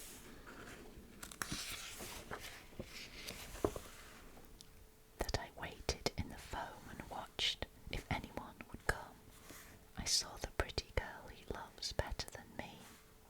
And the mermaid sighed deeply, for she didn't know how to cry. "The girl belongs to the sacred temple," he says. "She'll never come out into the world, and they'll never meet again. I am with him. I see him every day. I will take care of him, love him, give up my life to him." But now the prince was getting married, they said, married to the pretty daughter of the neighbouring king, and that was why he was fitting out such a splendid ship. The prince was going off to take a look at his neighbour's kingdom. That was how they put it, meaning that it was really to take a look at his neighbour's daughter. A large suite was to go with him, but the little mermaid shook her head and laughed. She knew the prince's thoughts far better than all the others. "I shall have to go," he said to her. "I shall have to visit the pretty princess, as my parents are so insistent. But force me to bring her back here as my wife. That they will never do. I can't love her. She's not like the beautiful girl in the temple as you are. If I ever had to find a bride, I would rather have you, my dear mute foundling, with the speaking eyes." And he kissed her red mouth, played with her long hair, and laid his head against her heart, so that it dreamed of human happiness and an immortal soul. "You've no fear of the sea, have you, my dumb child?" he asked, as they stood on board the splendid ship that was to take him to the neighbouring kingdom, and he told her of stormy gales and dead calms, of strange fishes at the bottom of the ocean, and all that the diver had seen there. And she smiled at his tales, for she knew better than anyone else about the bottom of the sea. At night, when there was an unclouded moon, and all were asleep but the helmsman at his wheel, she sat by the ship's rail and stared down through the clear water, and she seemed to see her father's palace, with her old grandmother standing on the top of it in her silver crown, and gazing up through the swift current at the keel of the vessel. Then her sisters came up onto the water and looked at her with eyes full of sorrow, wringing their white hands. She beckoned to them and smiled, and would have liked to tell them all was going well and happily with her, but the cabin boy came up at that moment, and the sisters dived down, so that the boy felt satisfied that the white something he had seen was foam on the water. Next morning the ship sailed into the harbour magnificent capital. The church bells all rang out, and trumpets were blown from the tall battlements, while the soldiers saluted with gleaming bayonets and flying colours. Every day there was a fete. Balls and parties were given one after another, but nothing had yet been seen of the princess. It was said that she was being educated abroad in a sacred temple, where she had lessons in all the royal virtues. At last she arrived. The little mermaid was eager for a glimpse of her beauty, and she had to admit that she had never seen anyone more charming to look at. Her complexion was so clear and delicate, and behind the long dark lashes smiled a pair of trusting deep blue eyes.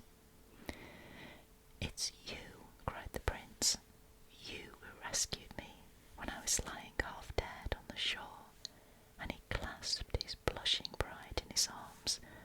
"Oh, I'm too happy," he said to the little mermaid. "My dearest wish, more than I ever dared to hope for, has been granted me. My happiness will give you pleasure, because you're fonder of me than any of the others." Then the little mermaid kissed his hand, and already she felt as if her heart was breaking. The morrow of his wedding would mean death to her, and change her to foam on the sea. All the church bells were ringing as the heralds rode round the streets to proclaim the betrothal. On every altar, sweet oil was burning in rich lamps of silver. The priests swung their censers, and bride and bridegroom joined hands and received the blessing of the bishop. Dressed in silk and gold, the little mermaid stood holding the bride's train, but her ears never heard the festive music, her eyes never saw the holy rites. She was thinking of her last night on earth, of all she had lost in this world. That same evening, bride and bridegroom went on board the ship. The cannon thundered, the flags were all flying, and amidships they had put up a royal tent of gold and purple, strewn with luxurious cushions. Here the wedded couple were to sleep that calm, cool night. The sails filled with the breeze, and the ship glided lightly and smoothly over the clear waters. As darkness fell, coloured lanterns were lit, and the crew danced merrily on the deck. The little mermaid could not help thinking of the first time she came up out of the sea and gazed on such a scene of joy and splendour. And now she joined in the dance, swerving and swooping as lightly as a swallow that avoids pursuit, and shouts of admiration greeted her on every side. Never had she danced so brilliantly. It was as if sharp knives were wounding her delicate feet, but she never felt it. More painful was the wound in her heart. She knew that this was the last evening she would see the prince for whom she had turned her back on kindred and home, given up her beautiful voice, and every day suffered hours of agony without his suspecting a thing. This was the last night she would breathe the same air as he, gaze on the deep sea and the star-blue sky. An endless night without thoughts, without dreams, awaited her who had no soul and could never win one. All was joy and merriment on board, until long past midnight she laughed and danced with the thought of death in her heart. The prince kissed his lovely bride, and she toyed with his dark hair, and arm in arm they went to rest in the magnificent tent. The ship was now hushed and still, only the helmsman was there at his wheel, and the little mermaid leaned with her white arms on the rail and looked eastward for a sign of the pink dawn. The first ray of the sun, she knew, would kill her. Suddenly she saw her sisters rising out of the sea. They were pale like her. No more was their beautiful long hair fluttering in the wind. It had been cut off.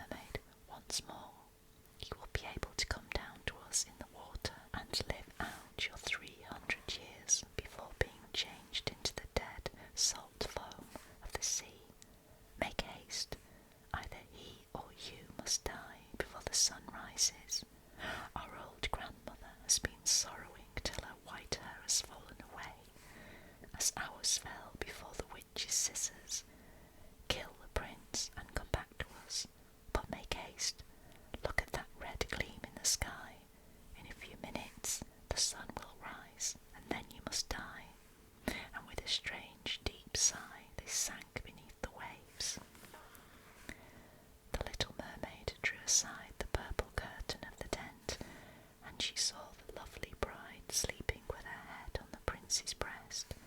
She stopped and kissed his handsome brow, looked at the sky where the pink dawn glowed brighter and brighter, looked at the sharp knife in her hand, and again fixed her eyes on the prince, who murmured in his dreams the name of his bride.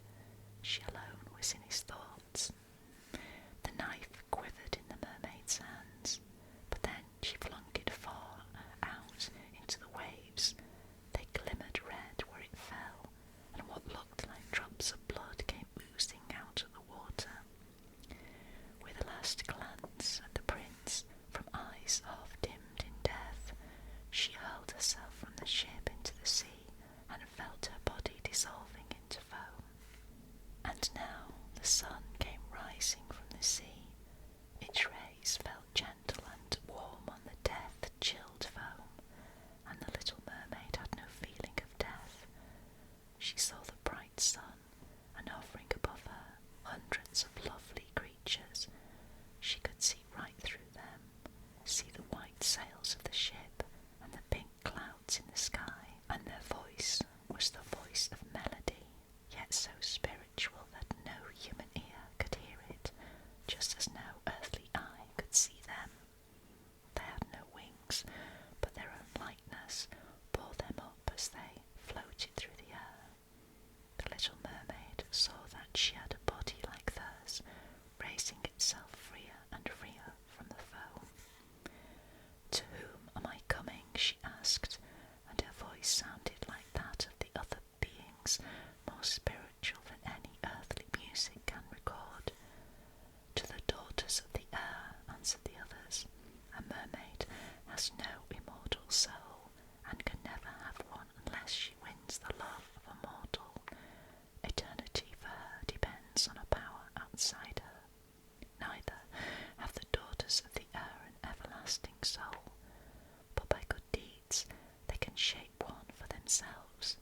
We shall fly to the hot countries, where the stifling air of pestilence means death to mankind. We shall bring them cool breezes.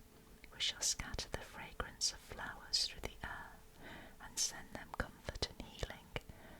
When, for 300 years, we have striven to do the good we can, then we shall win an immortal soul and have a share in mankind's eternal happiness. You poor little mermaid have striven for that with all your heart. You have suffered and endured, and have raised yourself into the world of the spirits of the air. Now, by 300 years of good deeds, you too can shape for yourself an immortal soul."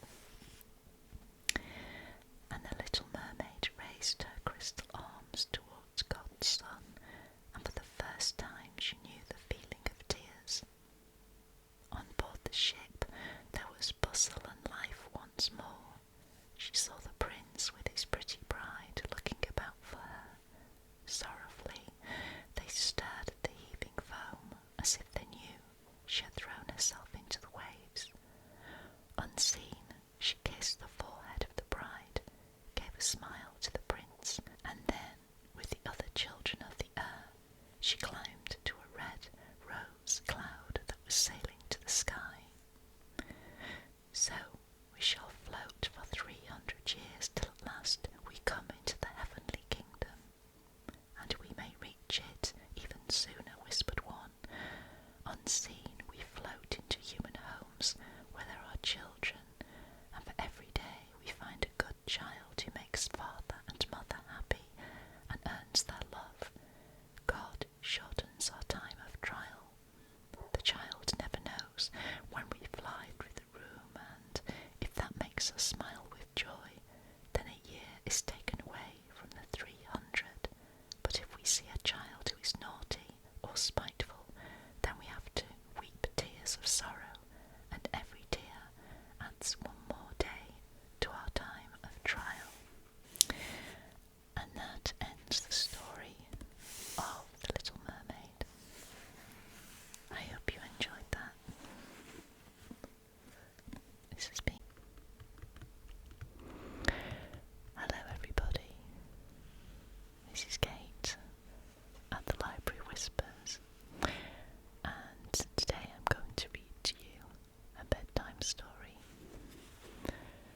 This is from a collection of stories by Hans Christian Andersen, 80 fairy tales. This book was sent to me by a very lovely subscriber from Denmark. So I have chosen to read to you The Snowman.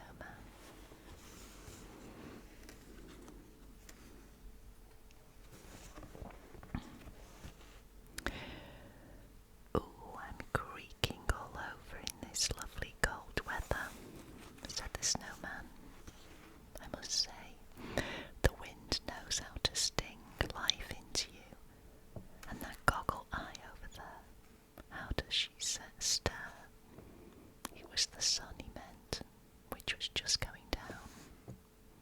"She won't get me to wince. I can hold on to my bits all night." These were two large, three-cornered bits of roof tiles that he had for eyes. The mouth was part of an old rake, and so he had teeth. He had been born amid shouts of glee from the boys, and saluted with jingling of bells and cracking of whips from the sledges. The sun went down, and the full moon rose, round and huge, clear and lovely in the blue sky. "There she comes again from another direction," said the Snowman. He imagined it was the sun appearing once more.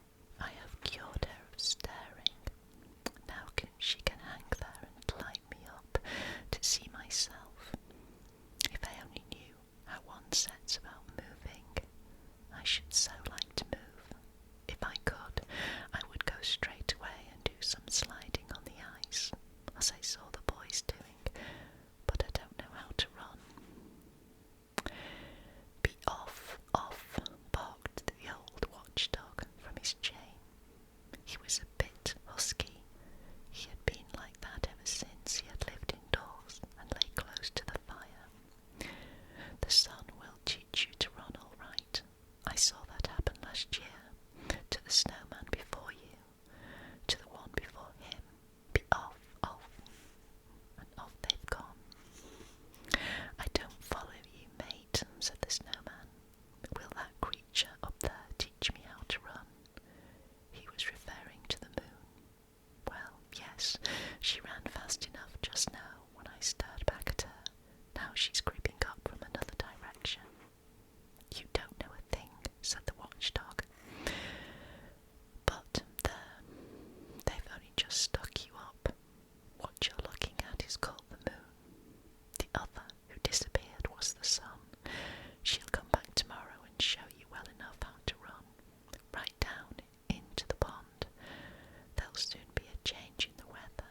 I can feel it in my left hind leg. Such twinges. Yes, the weather's going to change."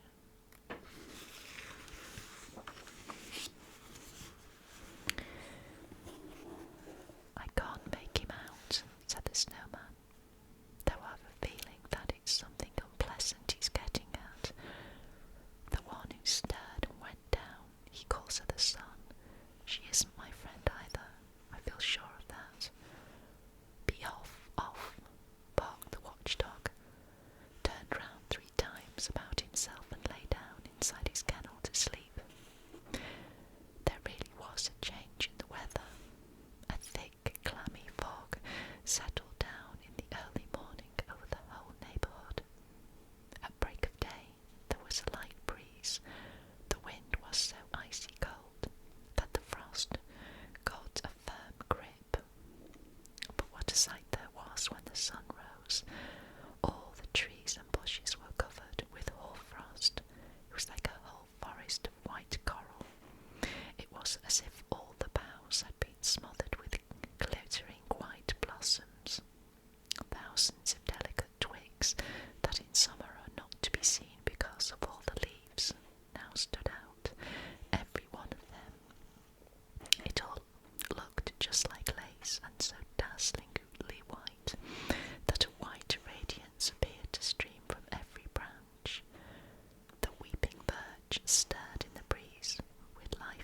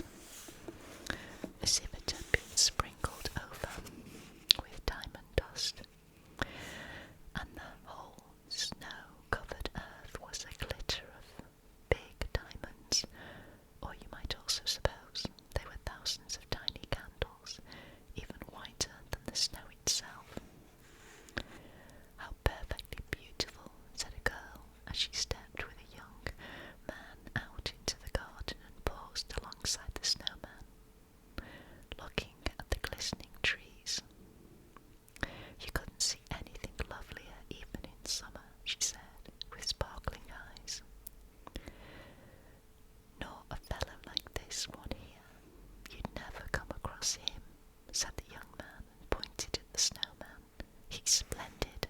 The girl laughed and gave the snowman a nod. Then she tripped off with her friend across the snow, which crunched under them, as if they were walking on starch. Who were those two? The snowman asked the watchdog. You've been here longer than I have.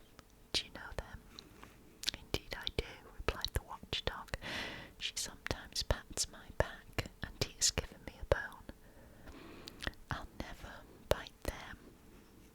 But what are they doing here? Asked the snowman. They're sweethearts, said the watchdog. They ought to move into a kennel of their own, and gnaw bones together. Be off, off. Are these two just as important as you and I? Asked the snowman. Well, you see, they belong to the family, said the watchdog. It's true, no one can be expected to know much if he was born yesterday. That's clearly the case with you. Now, I possess age and knowledge. I know everyone here at the house. There was a time when I didn't have to stand chained up here in the cold. Be off, off.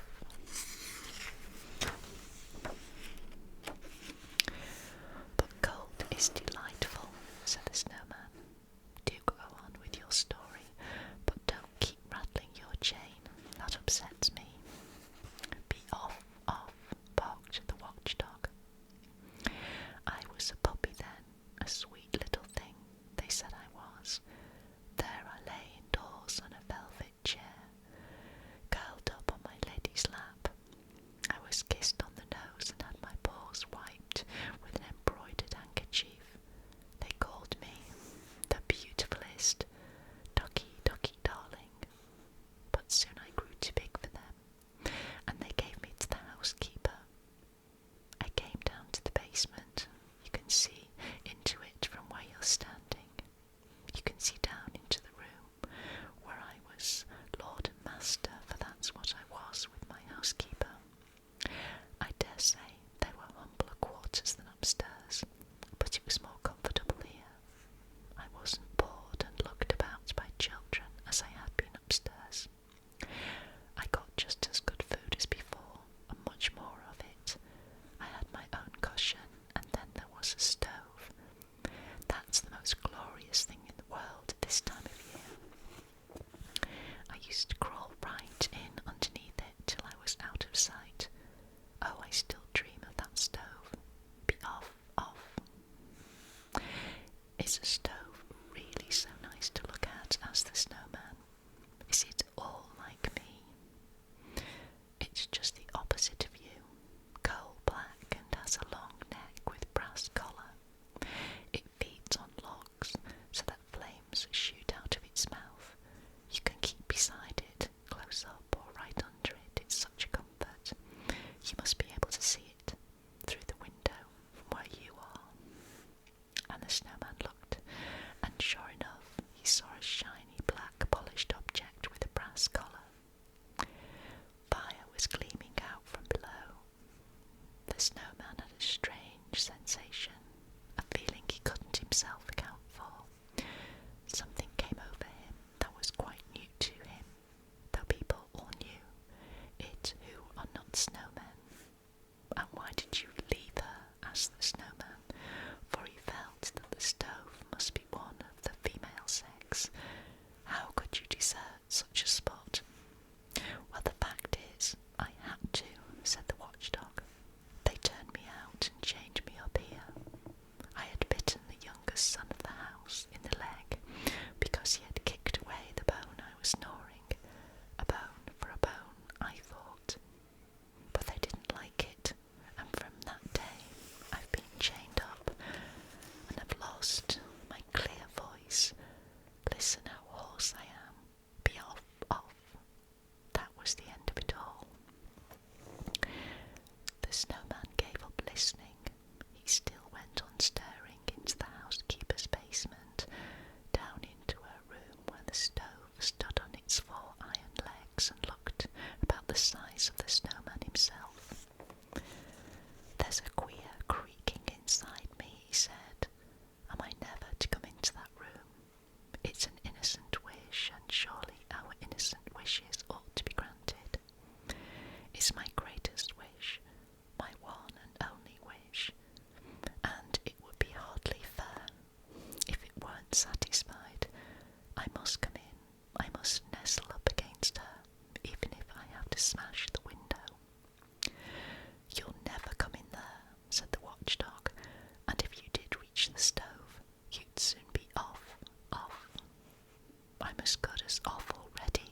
said the Snowman. I feel I'm breaking up. All day long the Snowman stood looking in at the window. At dusk the room became still more inviting. The stove shone so kindly in a way that neither moon nor sun can ever shine. No, but as only a stove can shine, when there's something in it. When the door was opened, the flame shot out. That was its habit. The Snowman's white face went flaming red, and the pink glow spread right up his chest. It's more than I can bear, he said. How pretty she looks when she puts out her tongue. The night was very long, but not for the Snowman. He stood there with his own beautiful thoughts, and they froze till they crackled. In the early morning the basement windows were frozen over. They had the loveliest ice ferns any snowman could ask for, but they hid the stove. The panes refused to thaw, so he couldn't see her. There was crackling and crunching. It was exactly the kind of frosty weather to delight a snowman, but he was not delighted. He might and ought to have felt so happy, but he wasn't happy. He had stove sickness. That's a serious complaint for a snowman, said the watchdog. I've had it myself, but I've got over it. Be off, off. There's a change in the weather coming.